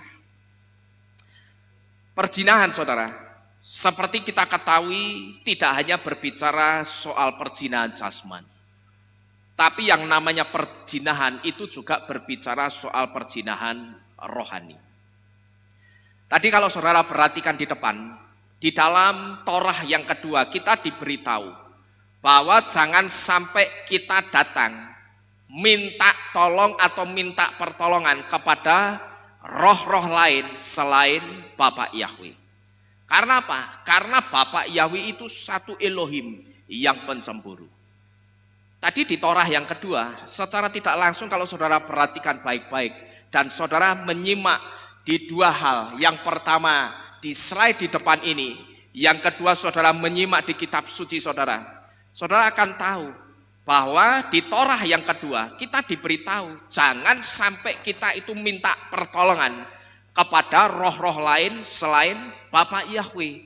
Karena Bapak Yahweh itu adalah Elohim yang pencemburu, saudara-saudara sekalian. Jadi hati-hati, jangan saudara mengandalkan atau berpegang atau berdiri di atas kata ikhtiar. Hati-hati ini. Tidak perlu saya sebut iman percayanya namanya apa, tapi saya katakan ada satu iman percaya yang melegalkan boleh ikhtiar. Artinya apa? Kamu sudah berdoa sama Tuhan, boleh kamu ikhtiar. Kan ikhtiar itu artinya berusaha, gitu loh. Cari pertolongan juga ke dukun atau ke paranormal. Tidak apa-apa.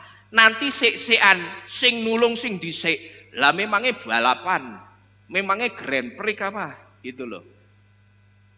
Ada satu iman percaya yang seperti itu, saudara. Ketika umatnya itu sudah datang minta tolong sama Tuhannya lewat doa, lalu pemimpinnya ngomong apa?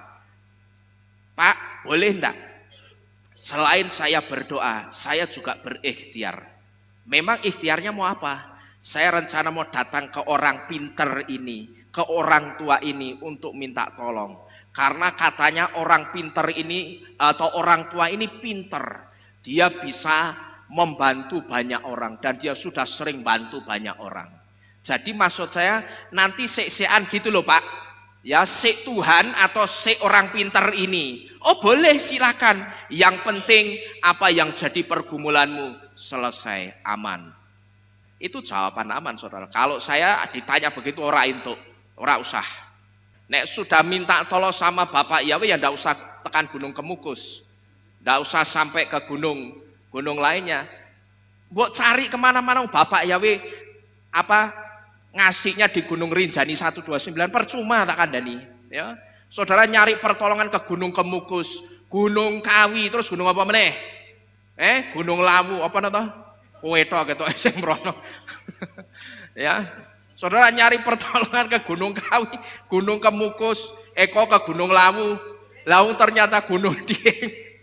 Bapak Yahweh itu ngirim pertolongannya di Gunung Rinjani 129, ngerti tak?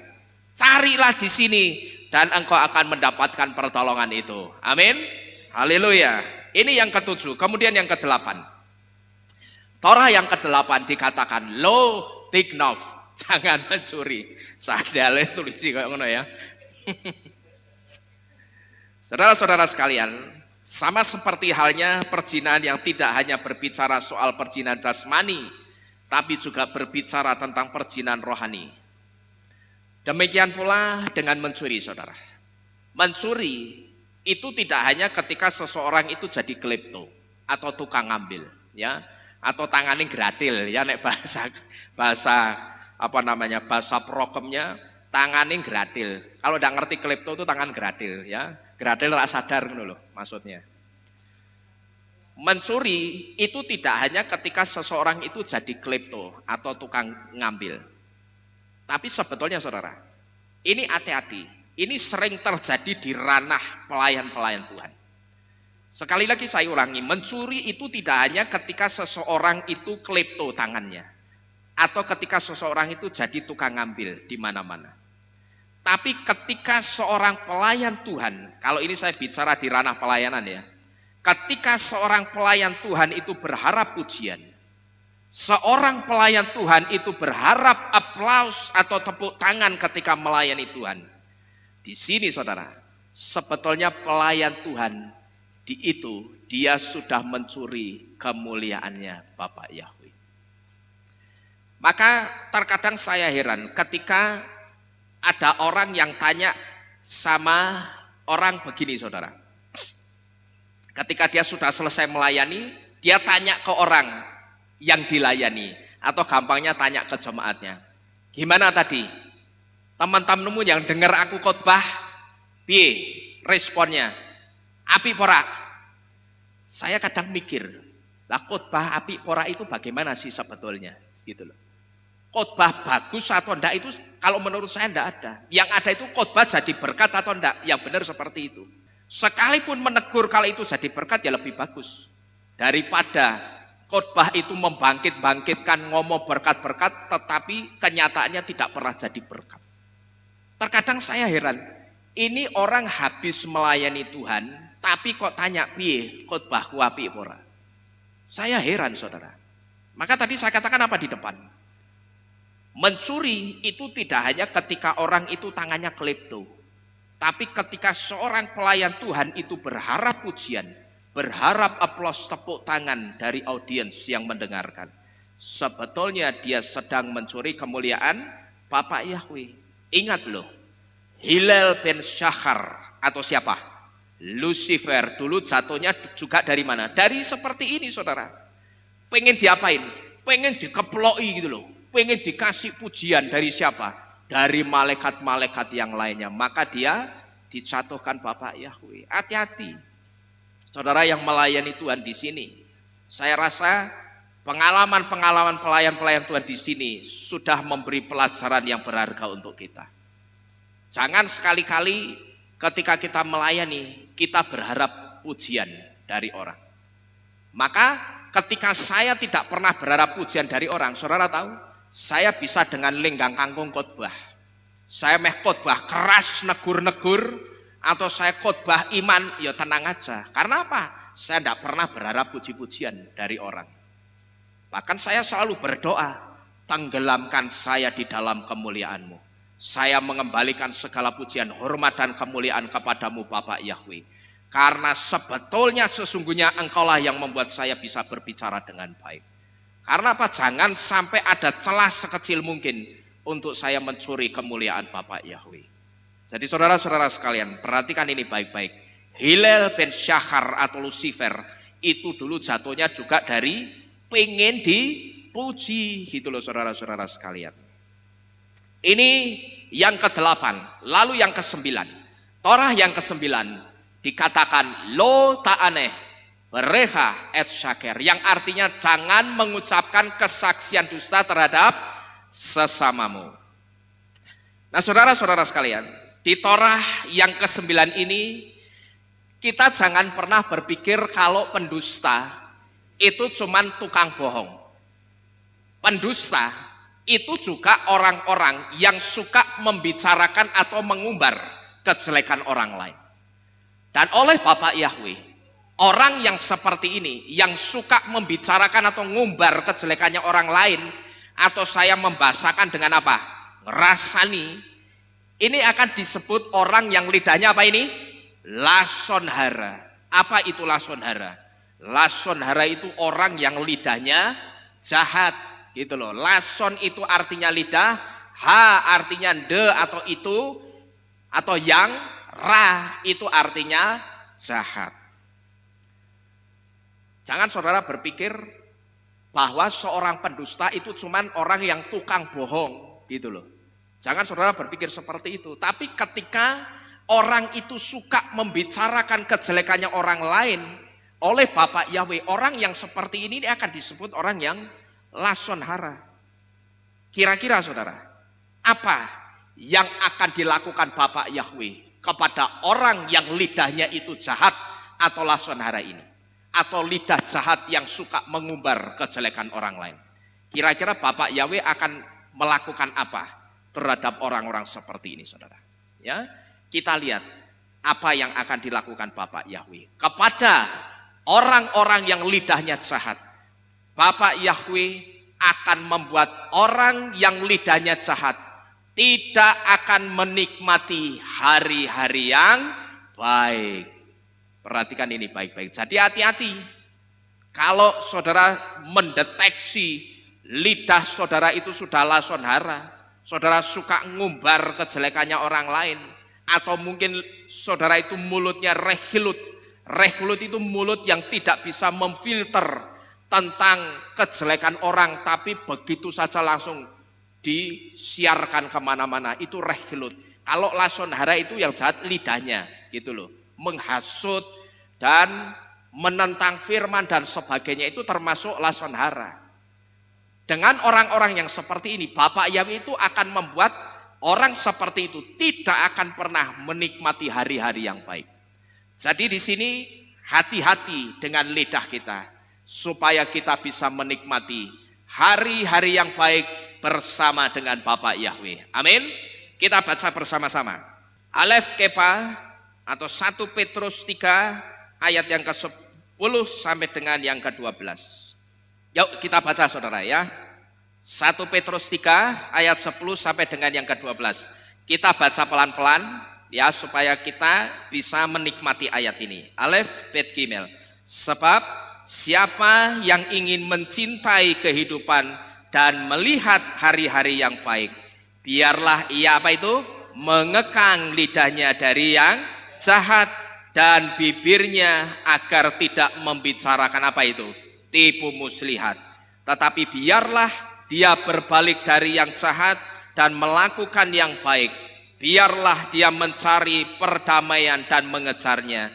Sebab mata Yahweh ada atas orang benar dan telinganya tersedia bagi permohonan mereka. Tetapi wajah Yahweh melawan orang yang berbuat jahat. Dengan kata lain, Bapak Yahweh itu juga melawan orang yang apa ini?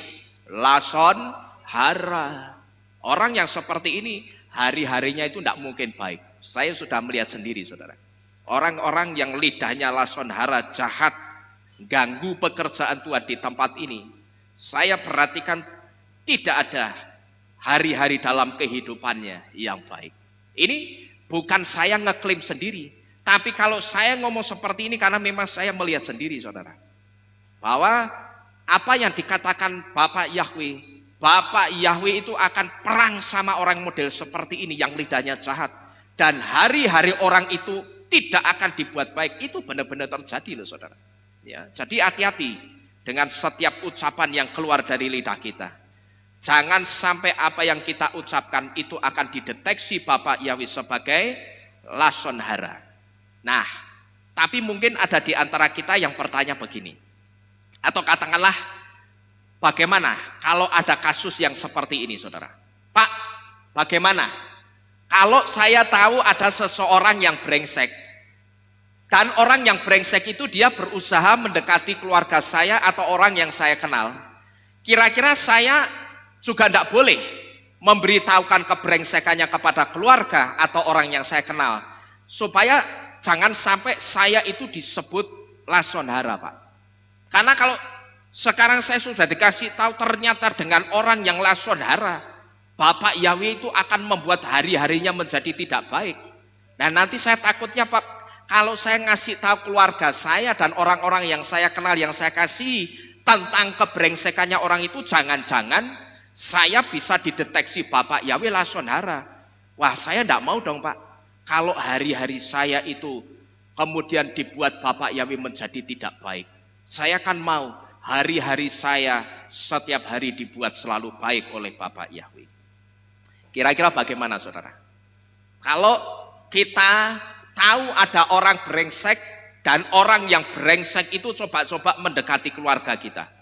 Saudara sama keluarga sayang enggak? Saya tanya. Sayang. Kira-kira kalau ada orang brengsek mendekati keluarga yang saudara sayangi, sikap saudara, langkah saudara apa? Diam atau kasih tahu? Kasih tahu. Tapi bagaimana? Kalau saya ngasih tahu nanti saya akan dicap lason hara enggak sama Bapak Yahweh? Saya katakan boleh atau tidak kita memberitahu kebrengsekan orang itu? Saya katakan boleh. Asal apa? Konsep pembicaraannya hanya bersifat apa ini? Informasi atau pemberitahuan yang tujuannya supaya keluarga kita atau orang yang kita kenal tidak kena dengan brengseknya orang itu. Gitu loh saudara. Kalau saudara ngasih taunya hanya sifatnya sebagai pemberitahuan. Oh, kamu mau coba bisnis sama orang itu ya? Ya begini ya, saya tak coba cerita tentang orang itu, tapi tolong hatimu netral. Lalu yang kedua, saudara biasakan, ajak orang itu berdoa sebelum saudara bicara. Saya mesti begitu. Saya ajak orang itu berdoa, dalam doa itu saya katakan, Bapak Yahweh, saya mau bicara dengan si A, si B, dan si C tentang hal ini. Saya minta kepada Bapak Yahweh, kiranya engkau tidak mendeteksi ucapan saya ini sebagai lason hara atau rehilut. Tapi buatlah saya dengan kekuatan Roh Kudus-Mu. Buatlah jantung hati saya memiliki motivasi hanya ingin memberitahu sebatas informasi, supaya orang yang saya kasihi tidak kena dengan brengseknya orang itu. Undang Roh Kudus untuk ikut dalam pembicaraan itu, saudara. Biasakan yang seperti ini. Undang Roh Kudus dalam pembicaraan itu, baru saudara bicara. Dan saudara katakan, jelaskan, ini saya hanya kasih masukan karena saya tahu. Karena kalau saya ngerti, saya tidak ngomong, nanti saya bisa kamu salah-salahkan. Ya, jadi saya ngomong begini hanya sebagai informasi. Tapi pembicaraannya tidak boleh diteruskan berlanjut ke arah mana ini? Pergunjingan atau ngerasani, merasa terus panjang-panjang dermimil tekan dindi gitu loh. Jangan terus ngoceh kemana-mana, sudah cukup sebatas memberi informasi tentang brengseknya orang itu, supaya brengseknya orang itu jangan kena ke orang lain. Tapi nanti saudara juga harus konsekuen. Kalau orang itu sudah bertobat, ya saudara kasih perimbangannya. Saudara kasih tahu, bagaimana dulu jadi bisnis dengan orang itu? Oh, belum jadi. Ya kalau sekarang kamu bisnis tidak apa-apa sama orang itu. Karena orang itu saya perhatikan dia sudah merubah sikapnya. Dia sudah berubah, dia sudah bertobat. Tidak apa-apa kalau kamu mau teruskan bisnis. Ya, jadi boleh asal pembicaraannya hanya bersifat informasi atau pemberitahuan, tapi jangan diteruskan ke arah pergunjingan atau ngerasani. Jadi kalau konsepnya hanya untuk memberitahu supaya kita tidak kesalahan, tapi yang kita sampaikan itu harus betul-betul fakta, gitu loh. Ketika kita memberitahu, yang kita sampaikan, yang kita beritahu juga harus fakta. Yang kita beritahukan itu harus fakta, saudara. Jangan sampai apa? Karena kita tidak suka dengan orang itu, lalu kita bikin gosip untuk orang itu. Kita fitnah orang itu, kita jelek-jelekan, kita jatuhkan orang itu. Jangan seperti itu yang tidak boleh, gitu loh. Tapi kalau kita benar-benar ngerti faktanya, kita ngerti orang itu brengsek, dan kita tidak mau orang lain kena, ya kita boleh kasih tahu supaya orang lain jangan kena, saudara-saudara sekalian ya. Jadi Bapak Ibu Saudara sekalian, kalau kita melihat juga khotbah Yesua di bukit tentang 8 ucapan bahagia yang ditulis di dalam kitab Matius, sebetulnya masih ada beberapa ucapan bahagia yang tidak ditulis di dalam kitab suci, saudara. Jadi kekristenan mengenal ada 8 ucapan bahagia. Tapi sebetulnya ucapan bahagia itu jumlahnya tidak hanya 8. Karena masih ada yang belum ditulis di dalam kitab suci. Tapi perkataan Yesua ini juga dicatat di gulungan kitab yang ditemukan di Gua Qumran. Yang satu di antaranya, catatan itu atau catatan ucapan bahagia itu berkaitan dengan Torah yang ke-9 yang dikatakan apa tadi? Jangan mengucapkan saksi dusta tentang sesamamu. Masih ada beberapa ucapan bahagia yang tidak ditulis di dalam kitab suci yang kita punya, tapi itu tercatat atau tertulis di gulungan kitab yang ditemukan di Gua Qumran. Yaitu perkataan Yesua yang dikutip dari gulungan nomor 4Q525 fragmen 2. Kolom 2 yang ditulis, diberkatilah mereka yang dengan jantung yang bersih atau dengan hati yang bersih dan tidak memfitnah dengan lidahnya. Ini kalau saudara cari di 8 ucapan bahagia, tidak ada, saudara. Tapi ternyata di gulungan nomor 4Q525 fragmen 2 kolom 2, di situ ditulis, diberkatilah mereka yang dengan hati yang bersih dan tidak memfitnah dengan lidahnya. Dari sini saudara, kita bisa tahu kalau Bapak Yahweh itu begitu benci dengan yang namanya lason hara. Tapi Bapak Yahweh akan memberkati orang yang jantung, hati, dan lidahnya itu bersih atau safa berurah. Ini Torah yang ke-9. Kemudian Torah yang ke-10 atau Torah yang terakhir. Di situ dikatakan lo tahamot pet re'e lo tahmot eset re'e wa abdoa amato wa syoro wa hamuru wa kol aser le re'e, yang artinya jangan mengingini rumah, istri, budak atau wanita pelayan, lembu, keledai jantan atau segala sesuatu yang menjadi milik sesamamu. Pertanyaannya sekarang, kenapa Bapak Yahweh bikin aturan seperti ini, saudara? Jangan kita mengingini segala sesuatu yang sudah dimiliki teman-teman kita atau sesama kita.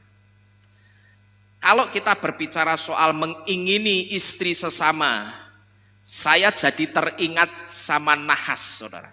Ya, nahas. Saya sudah memberitahu nahas itu makhluk yang punya kemiripan sama seperti manusia. Nahas itulah yang disebut dengan kata ular di dalam kitab Kejadian, yang disebut ular itu menggoda Hawa.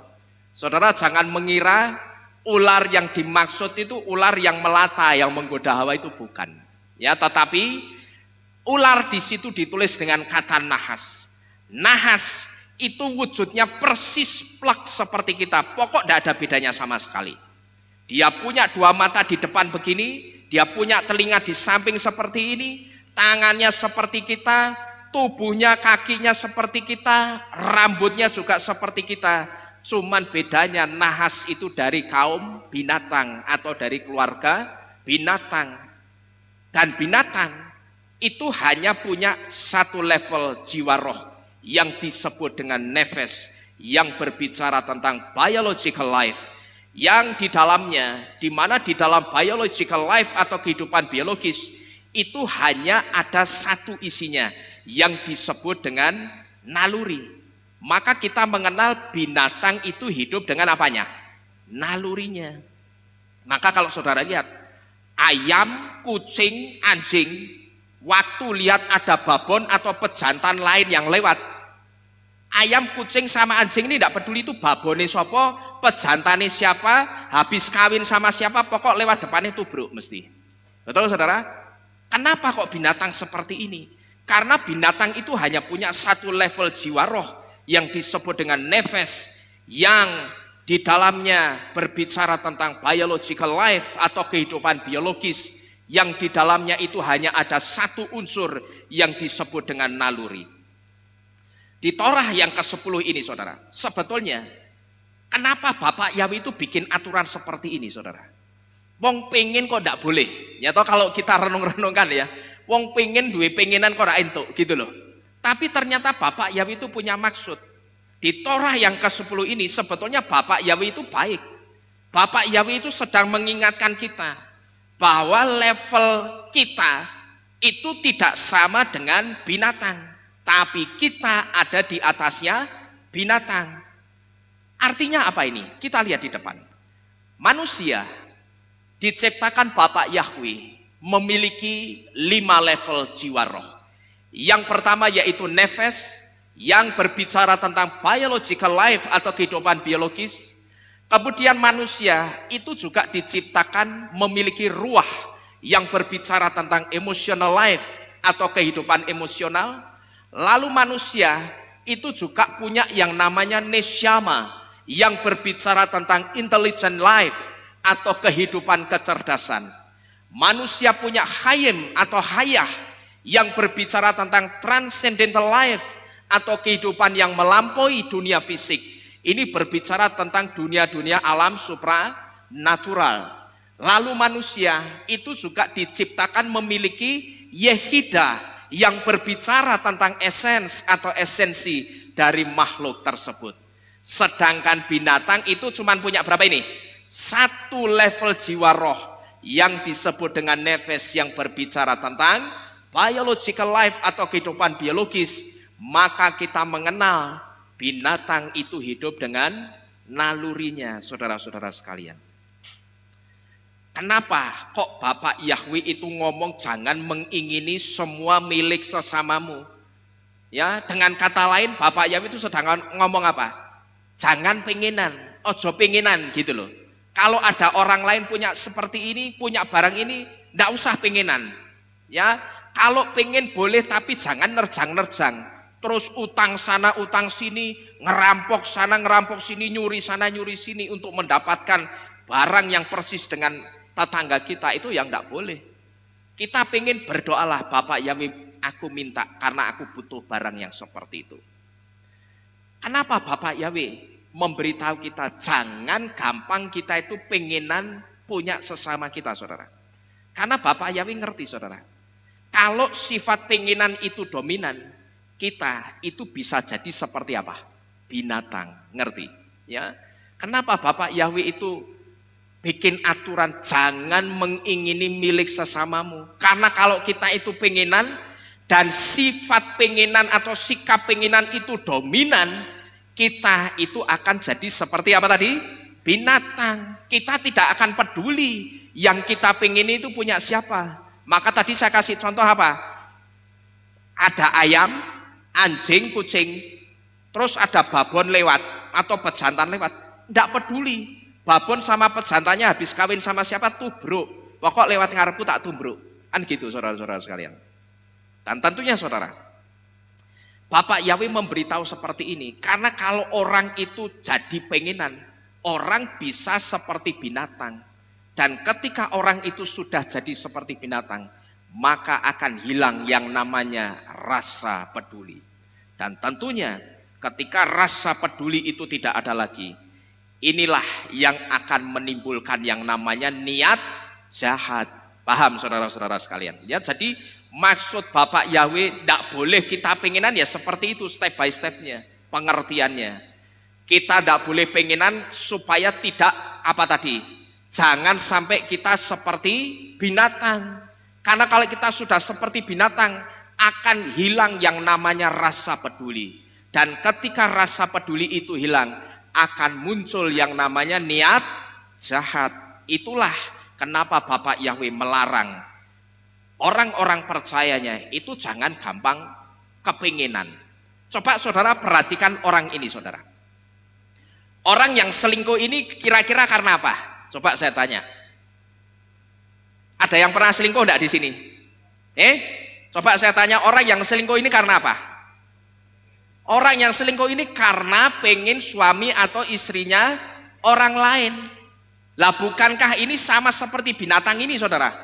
Yang tidak peduli pejantan atau babonnya siapa, tidak peduli pejantan atau babonnya siapa, pokok apa ini? Tubruk. Lah padahal ini bar ditubruk sama si Sastro, ya toh, sama si Jarwo. Tapi ternyata si Prapto ikut nubruk, gitu loh. Tidak peduli, karena apa? Di jari jemarinya tidak ada cincin yang melingkar, ya toh, tidak ada ikatan, gitu loh. Jadi orang yang selingkuh ini karena apa? Karena pengen suami atau pengen istrinya orang lain. Nah kalau sudah seperti ini bedanya sama binatang ini apa? Tidak ada, gitu loh. Asal tubruk. Maka Bapak Yahweh memberitahu tidak usah gampang pengenan, gitu loh. Dan melalui Torah ke-10 ini sekarang kita tahu kenapa Bapak Yahweh begitu mengasihi kita. Dan Bapak Yahweh mengatakan kepada kita, sebab engkau berharga di mataku, engkau mulia dalam pandanganku, engkau dihormati dan aku Yahweh sangat mengasihimu. Gitu loh saudara. Sekarang melalui Torah yang ke-10 ini kita ngerti kenapa Bapak Yahweh begitu mengasihi kita dan mengatakan kepada kita. Kita baca sama-sama, Alef Bet Gimel. Sebab engkau berharga di mataku, engkau mulia dalam pandanganku, engkau dihormati dan aku mengasihimu. Kenapa kok Bapak Yahweh begitu mengasihi kita dan mengatakan ini kepada kita? Ya ini semua karena Bapak Yahweh menciptakan kita dengan level jiwa roh yang lengkap. satu kelengkapan untuk ciptaannya yang paling sempurna, paling indah, paling baik dan paling mulia, yaitu kita sesemua kekasih-kekasihnya Bapak Yahweh. Amin. Inilah kenapa Bapak Yahweh itu ngomong sama kita, dia bikin aturan yang ke-10. Jangan gampang pengenan gitu loh. Jangan gampang mengingini barang atau milik sesamamu manusia. Karena Bapak Yahweh itu sangat mengasihi kita, ya. Kita sangat dianggap berharga di mata Bapak Yahweh. Setelah dianggap berharga, kita dianggap apa? Mulia di dalam pandangannya Bapak Yahweh. Dan ketika kita dideteksi mulia di dalam pandangan Tuhan, Bapak Yahweh itu buat kita berharga, baik di mata Tuhan maupun di mata manusia. Amin. Sebabnya apa? Karena ini. Karena dia ciptakan kita dengan level jiwa roh yang lengkap, yaitu kelengkapan untuk ciptaannya yang paling indah dan paling dia kasihi, paling baik dan paling mulia. Dan itulah kita semua kekasih-kekasihnya Adonai Yeshua HaMashiach. Amin. Sebagai penutup kita baca sama-sama kitab Yesaya 43 ayat yang keempat. Yesaya 43 ayat yang keempat. Yuk kita baca sama-sama dengan suara yang keras. Sudah ketemu semua? Yesaya 43 ayat yang keempat. Kita baca dengan suara yang keras. Kita imani dan kita amini bahwa benar-benar kita berharga di mata Bapa Yahweh. Alef, Bet, Gimel. Sebab engkau telah menjadi berharga di mataku. Engkau dihormati dan aku mengasihimu. Dan aku memberikan orang-orang sebagai gantimu dan bangsa-bangsa sebagai ganti jiwamu. Amin. Sekarang saudara baca, saudara tambahi nama saudara di depan kata engkau, ya. Sebab engkau, kalau namamu jenengmu sebut ya. Kalau saya ya sebab engkau Lino. Kalau Bu Mary, sebab engkau Mary telah menjadi berharga di mataku, dan seterusnya. Aja lali jenenge dhewe ya. Namanya sendiri aja. Yuk kita baca. Yuk bangkit berdiri yuk ya. Mari kita bangkit berdiri, kita hormati firman Tuhan. Sudah ketemu semua? Ayo kita baca bersama-sama ya. Pak Galuh gabung. Ayo baca bareng. Ya, sebut namanya. Alef, Bet, Gimel. Sebab engkau Nino telah menjadi berharga di mataku. Engkau dihormati dan aku mengasihimu. Dan aku memberikan orang-orang sebagai gantimu dan bangsa-bangsa sebagai ganti jiwamu. Amin. Bapak Yahweh memberkati kita sekalian. Nah, saudara-saudara sekalian, silakan saudara duduk lagi. Sekarang saya akan menjelaskan kenapa di depan kita ada roti dan susu, saudara. Nah, nanti Bapak Ibu Saudara sekalian, setiap kita akan mendapatkan roti keju ini dan susu ini, saudara. Tapi sebelum nanti kita makan dan minum sama-sama, kita akan lihat dulu kenapa ada dua makanan dan minuman ini di depan kita. Pada dasarnya, saudara, ketika makanan minuman yang ada di depan ini, atau kedua makanan minuman yang ada di depan ini, yaitu roti keju dan susu, ini mengandung satu bahan yang sama, yaitu susu. Nah, lalu kenapa dairy atau segala sesuatu yang berhubungan dengan susu ada dalam setiap perayaan Syavuot? Ada 4 hal yang akan saya jelaskan secara singkat. Kenapa dairy atau segala sesuatu yang berhubungan dengan susu itu ada dalam setiap perayaan Syavuot. Yang pertama, ketika orang-orang Yahudi pada waktu itu menerima Torah di Gunung Sinai, termasuk menerima instruksi khusus untuk bagaimana menyembelih dan menyiapkan daging untuk dimakan, sampai saat itu orang-orang Yahudi belum mengikuti pola hukum ini. Sehingga semua daging dan panci masak mereka itu dianggap tidak layak. Karena pada waktu itu belum keluar aturan cara mengolah makanan yang benar seperti apa, dan makanan yang benar yang harus dimakan itu seperti apa. Maka semua daging dan semua peralatan masak mereka, mau panci, mau sutel, mau gorengan, itu dianggap apa ini? Tidak layak. Nah, kenapa kok dianggap tidak layak? Karena saat mereka menerima aturan yang baru dari Torah tentang makanan dan minuman, aturan itu jatuh pada hari Sabat, atau aturan itu diberikan Bapak Yahweh tepat pada hari Sabat. Cuman masalahnya pada hari Sabat mereka itu tidak boleh mengolah makanan. Tapi masalahnya juga mereka harus tetap apa ini? Makan, harus tetap ngisi perutnya, gitu loh saudara. Nah, maka satu-satunya makanan yang bisa mereka makan adalah susu yang tidak memerlukan persiapan sebelumnya, yang sudah mereka bawa sejak sebelum hari Sabat. Jadi ini awal mula kenapa orang-orang Yahudi makan makanan yang sifatnya dairy atau makan makanan yang mengandung susu.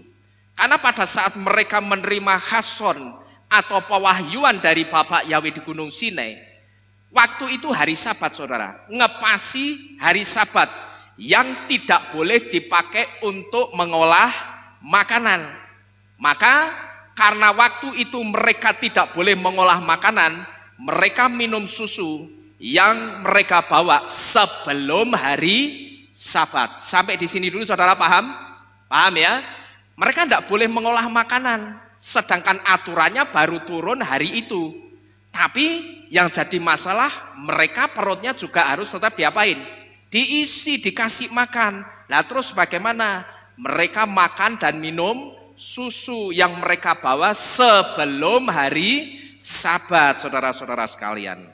Jadi ini yang pertama, kenapa ada susu di depan kita sekarang ini dalam perayaan Syavuot. Lalu yang kedua, kenapa ada makanan yang sifatnya dairy atau makanan yang mengandung susu di perayaan Syavuot? Adanya makanan yang mengandung susu di perayaan Syavuot ini karena Torah disamakan dengan susu. Kenapa ada makanan yang sifatnya dairy atau segala sesuatu yang mengandung susu di perayaan Syavuot? Karena Torah itu disamakan dengan susu, yaitu sama seperti susu yang memiliki kemampuan untuk sepenuhnya menopang tubuh manusia seperti bayi yang menyusu. Demikian pula dengan Torah yang menyediakan semua makanan rohani untuk iman percaya yang diperlukan setiap jiwa manusia.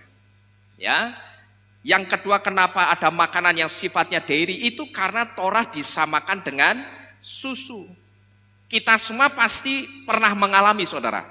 Karena kita ketika masih bayi dulu, kita tidak makan makanan lain selain susu. Terkecuali bayi pedalaman sing didublek gedang. Ya toh? Saya perhatikan bayi pedalaman, kalau saudara perhatikan buadanya kentot-kentot itu. Buadanya kenceng-kenceng. Kenapa? Begitu lahir tidak berselang lama sama mamanya itu didublek gedang. Didublek ngerti? Jejeli gedang gitu loh. Jejeli, makanya buadanya kentot-kentot, badannya kenceng-kenceng. Tapi kalau sebetulnya dari Bapak Yahweh, konsepnya Bapak Yahweh, bayi itu ya harus minum apa? Susu, belum makan dulu gitu loh saudara-saudara sekalian. Ya, dan kita semua pasti pernah mengalami ketika kita masih bayi, kita tidak makan makanan lain selain air susu ibu kita. Dan ajaibnya saudara, perhatikan ini baik-baik. Ajaibnya, kita yang cuman minum susu pada waktu bayi, tapi kita bisa tetap bertahan hidup sampai hari ini saudara. Itu ajaibnya. Ya. Nah inilah yang dimaksud Torah yang disamakan dengan susu. Sama seperti halnya susu yang memiliki kemampuan menopang manusia atau menopang tubuh manusia. Demikian pula dengan Torah Bapak Yahweh akan menyediakan semua makanan yang baik, bahkan yang terbaik untuk jiwa kita, orang-orang yang percaya Bapak Yahweh. Amin. Jadi nek orang penyakitan imannya itu karena apa? Saudara bisa buktikan kata-kata saya benar atau enggak. Nek orang penyakitan imannya, ya, satu di antaranya itu bisa saya pastikan orang itu menolak dan anti Torah. Karena apa saya ngomong begini? Torah disamakan apa ini? Susu. Wong bayi ndak makan pisang, ndak makan nasi, cuman dikasih susu, dia bisa sehat, bisa tumbuh besar. Satu di antaranya, beberapa di antaranya siapa? Ya kita-kita ini, gitu loh. Ini bukti kalau susu itu bisa menopang tubuh manusia dengan baik. Nah, ini sama seperti halnya dengan Torah. Torah itu juga bisa menopang setiap kebutuhan iman percaya kita. Karena Torah itu baik, sama seperti susu yang baik untuk tubuh kita. Ini yang kedua. Kenapa ada susu di dalam setiap perayaan Shavuot? Lalu yang ketiga, kenapa ada susu? Susu dalam bahasa Ibrani ditulis dengan kata halaf. Nilai gematria kata halaf adalah 40. Dari huruf ini, het, lamet, dan bet. Ini dibaca halaf. Het itu nilai gematrianya 8. Lamet nilai gematrianya 30. Dan bet nilai gematrianya 2. Kalau dijumlah 8 tambah 30, 38 ditambah 2 sama dengan 40. Angka 40 ini tidak kebetulan mengacu kepada 40 hari Mose ada di Gunung Sinai saat dia menerima Torah dari Bapak Yahweh. Kita tidak usah baca supaya tidak panjang lebar, tapi nanti saudara bisa baca di dalam kitab Shemot atau Keluaran 24 ayat 12 sampai 18.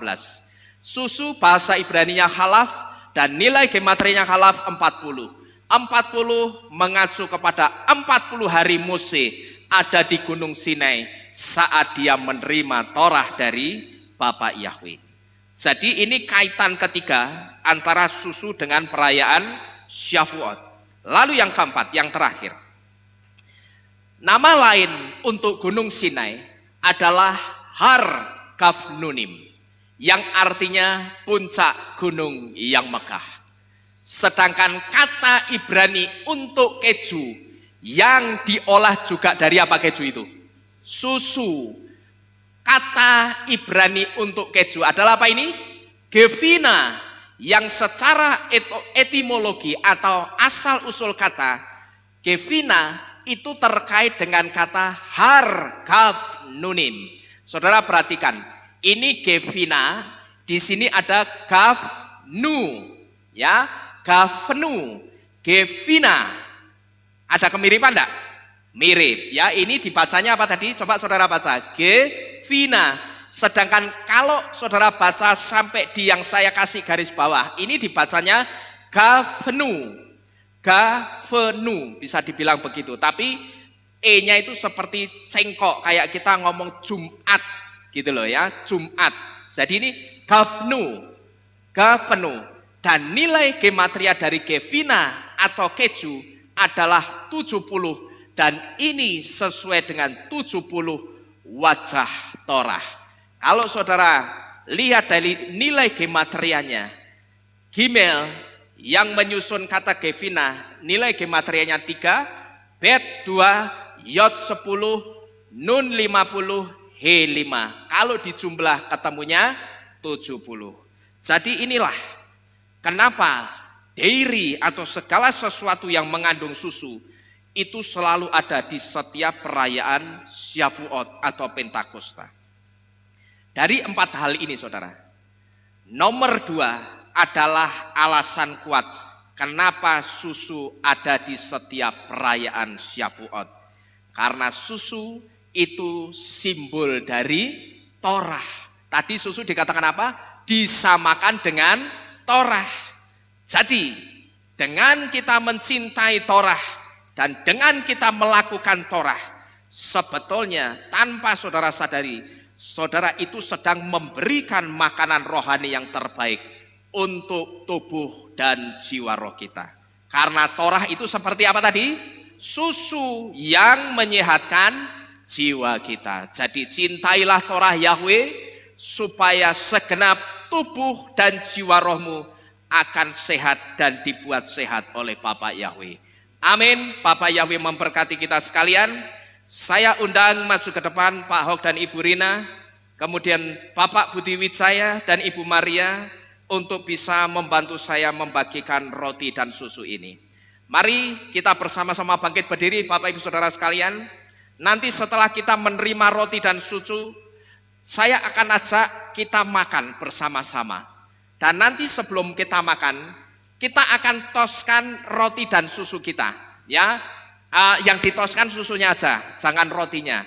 Karena susunya masih ada gelasnya, lebih aman. Ya, kita toskan susunya, lalu kita makan. Tapi sebelum kita makan dan minum roti dan susu ini, kita nanti akan mengucapkan ini.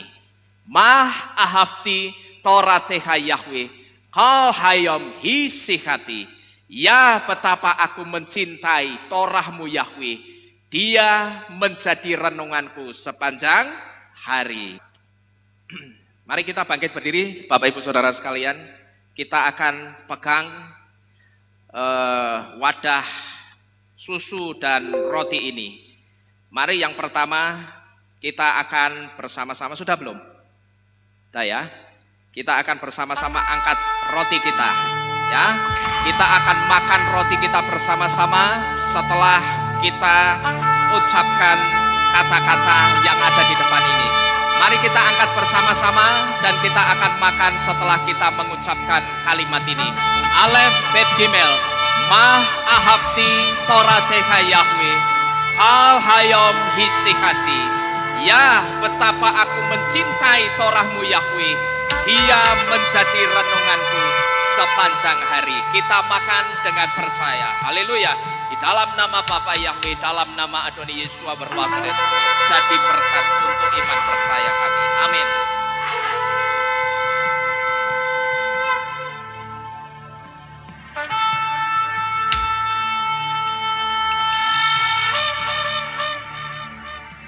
Kalau sudah, mari kita angkat susu di tangan kanan kita.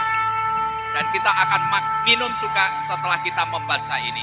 Alef Bet Gimel, Mah ahafti torateha Yahweh, kal hayom hisihati.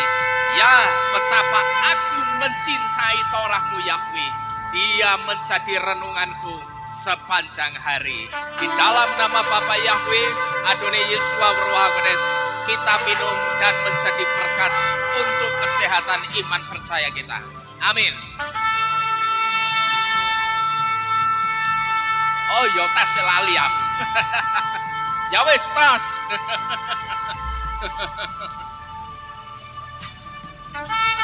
Ya, tos. Tos ya, tos. Oke, kita berikan tepuk tangan yang terbaik bagi Bapak Yahweh yang sudah memberkati dan membawa kita dalam perayaan Syafuot ini. Sekarang mari kita saling memberi ucapan selamat. Hak Syafuot Syameah, Bapak Yahweh memberkati. Haleluya. Mari kita saling bersalaman. Saudara katakan hak Syafuot Syameah, Bapak Yahweh memberkati. Haleluya.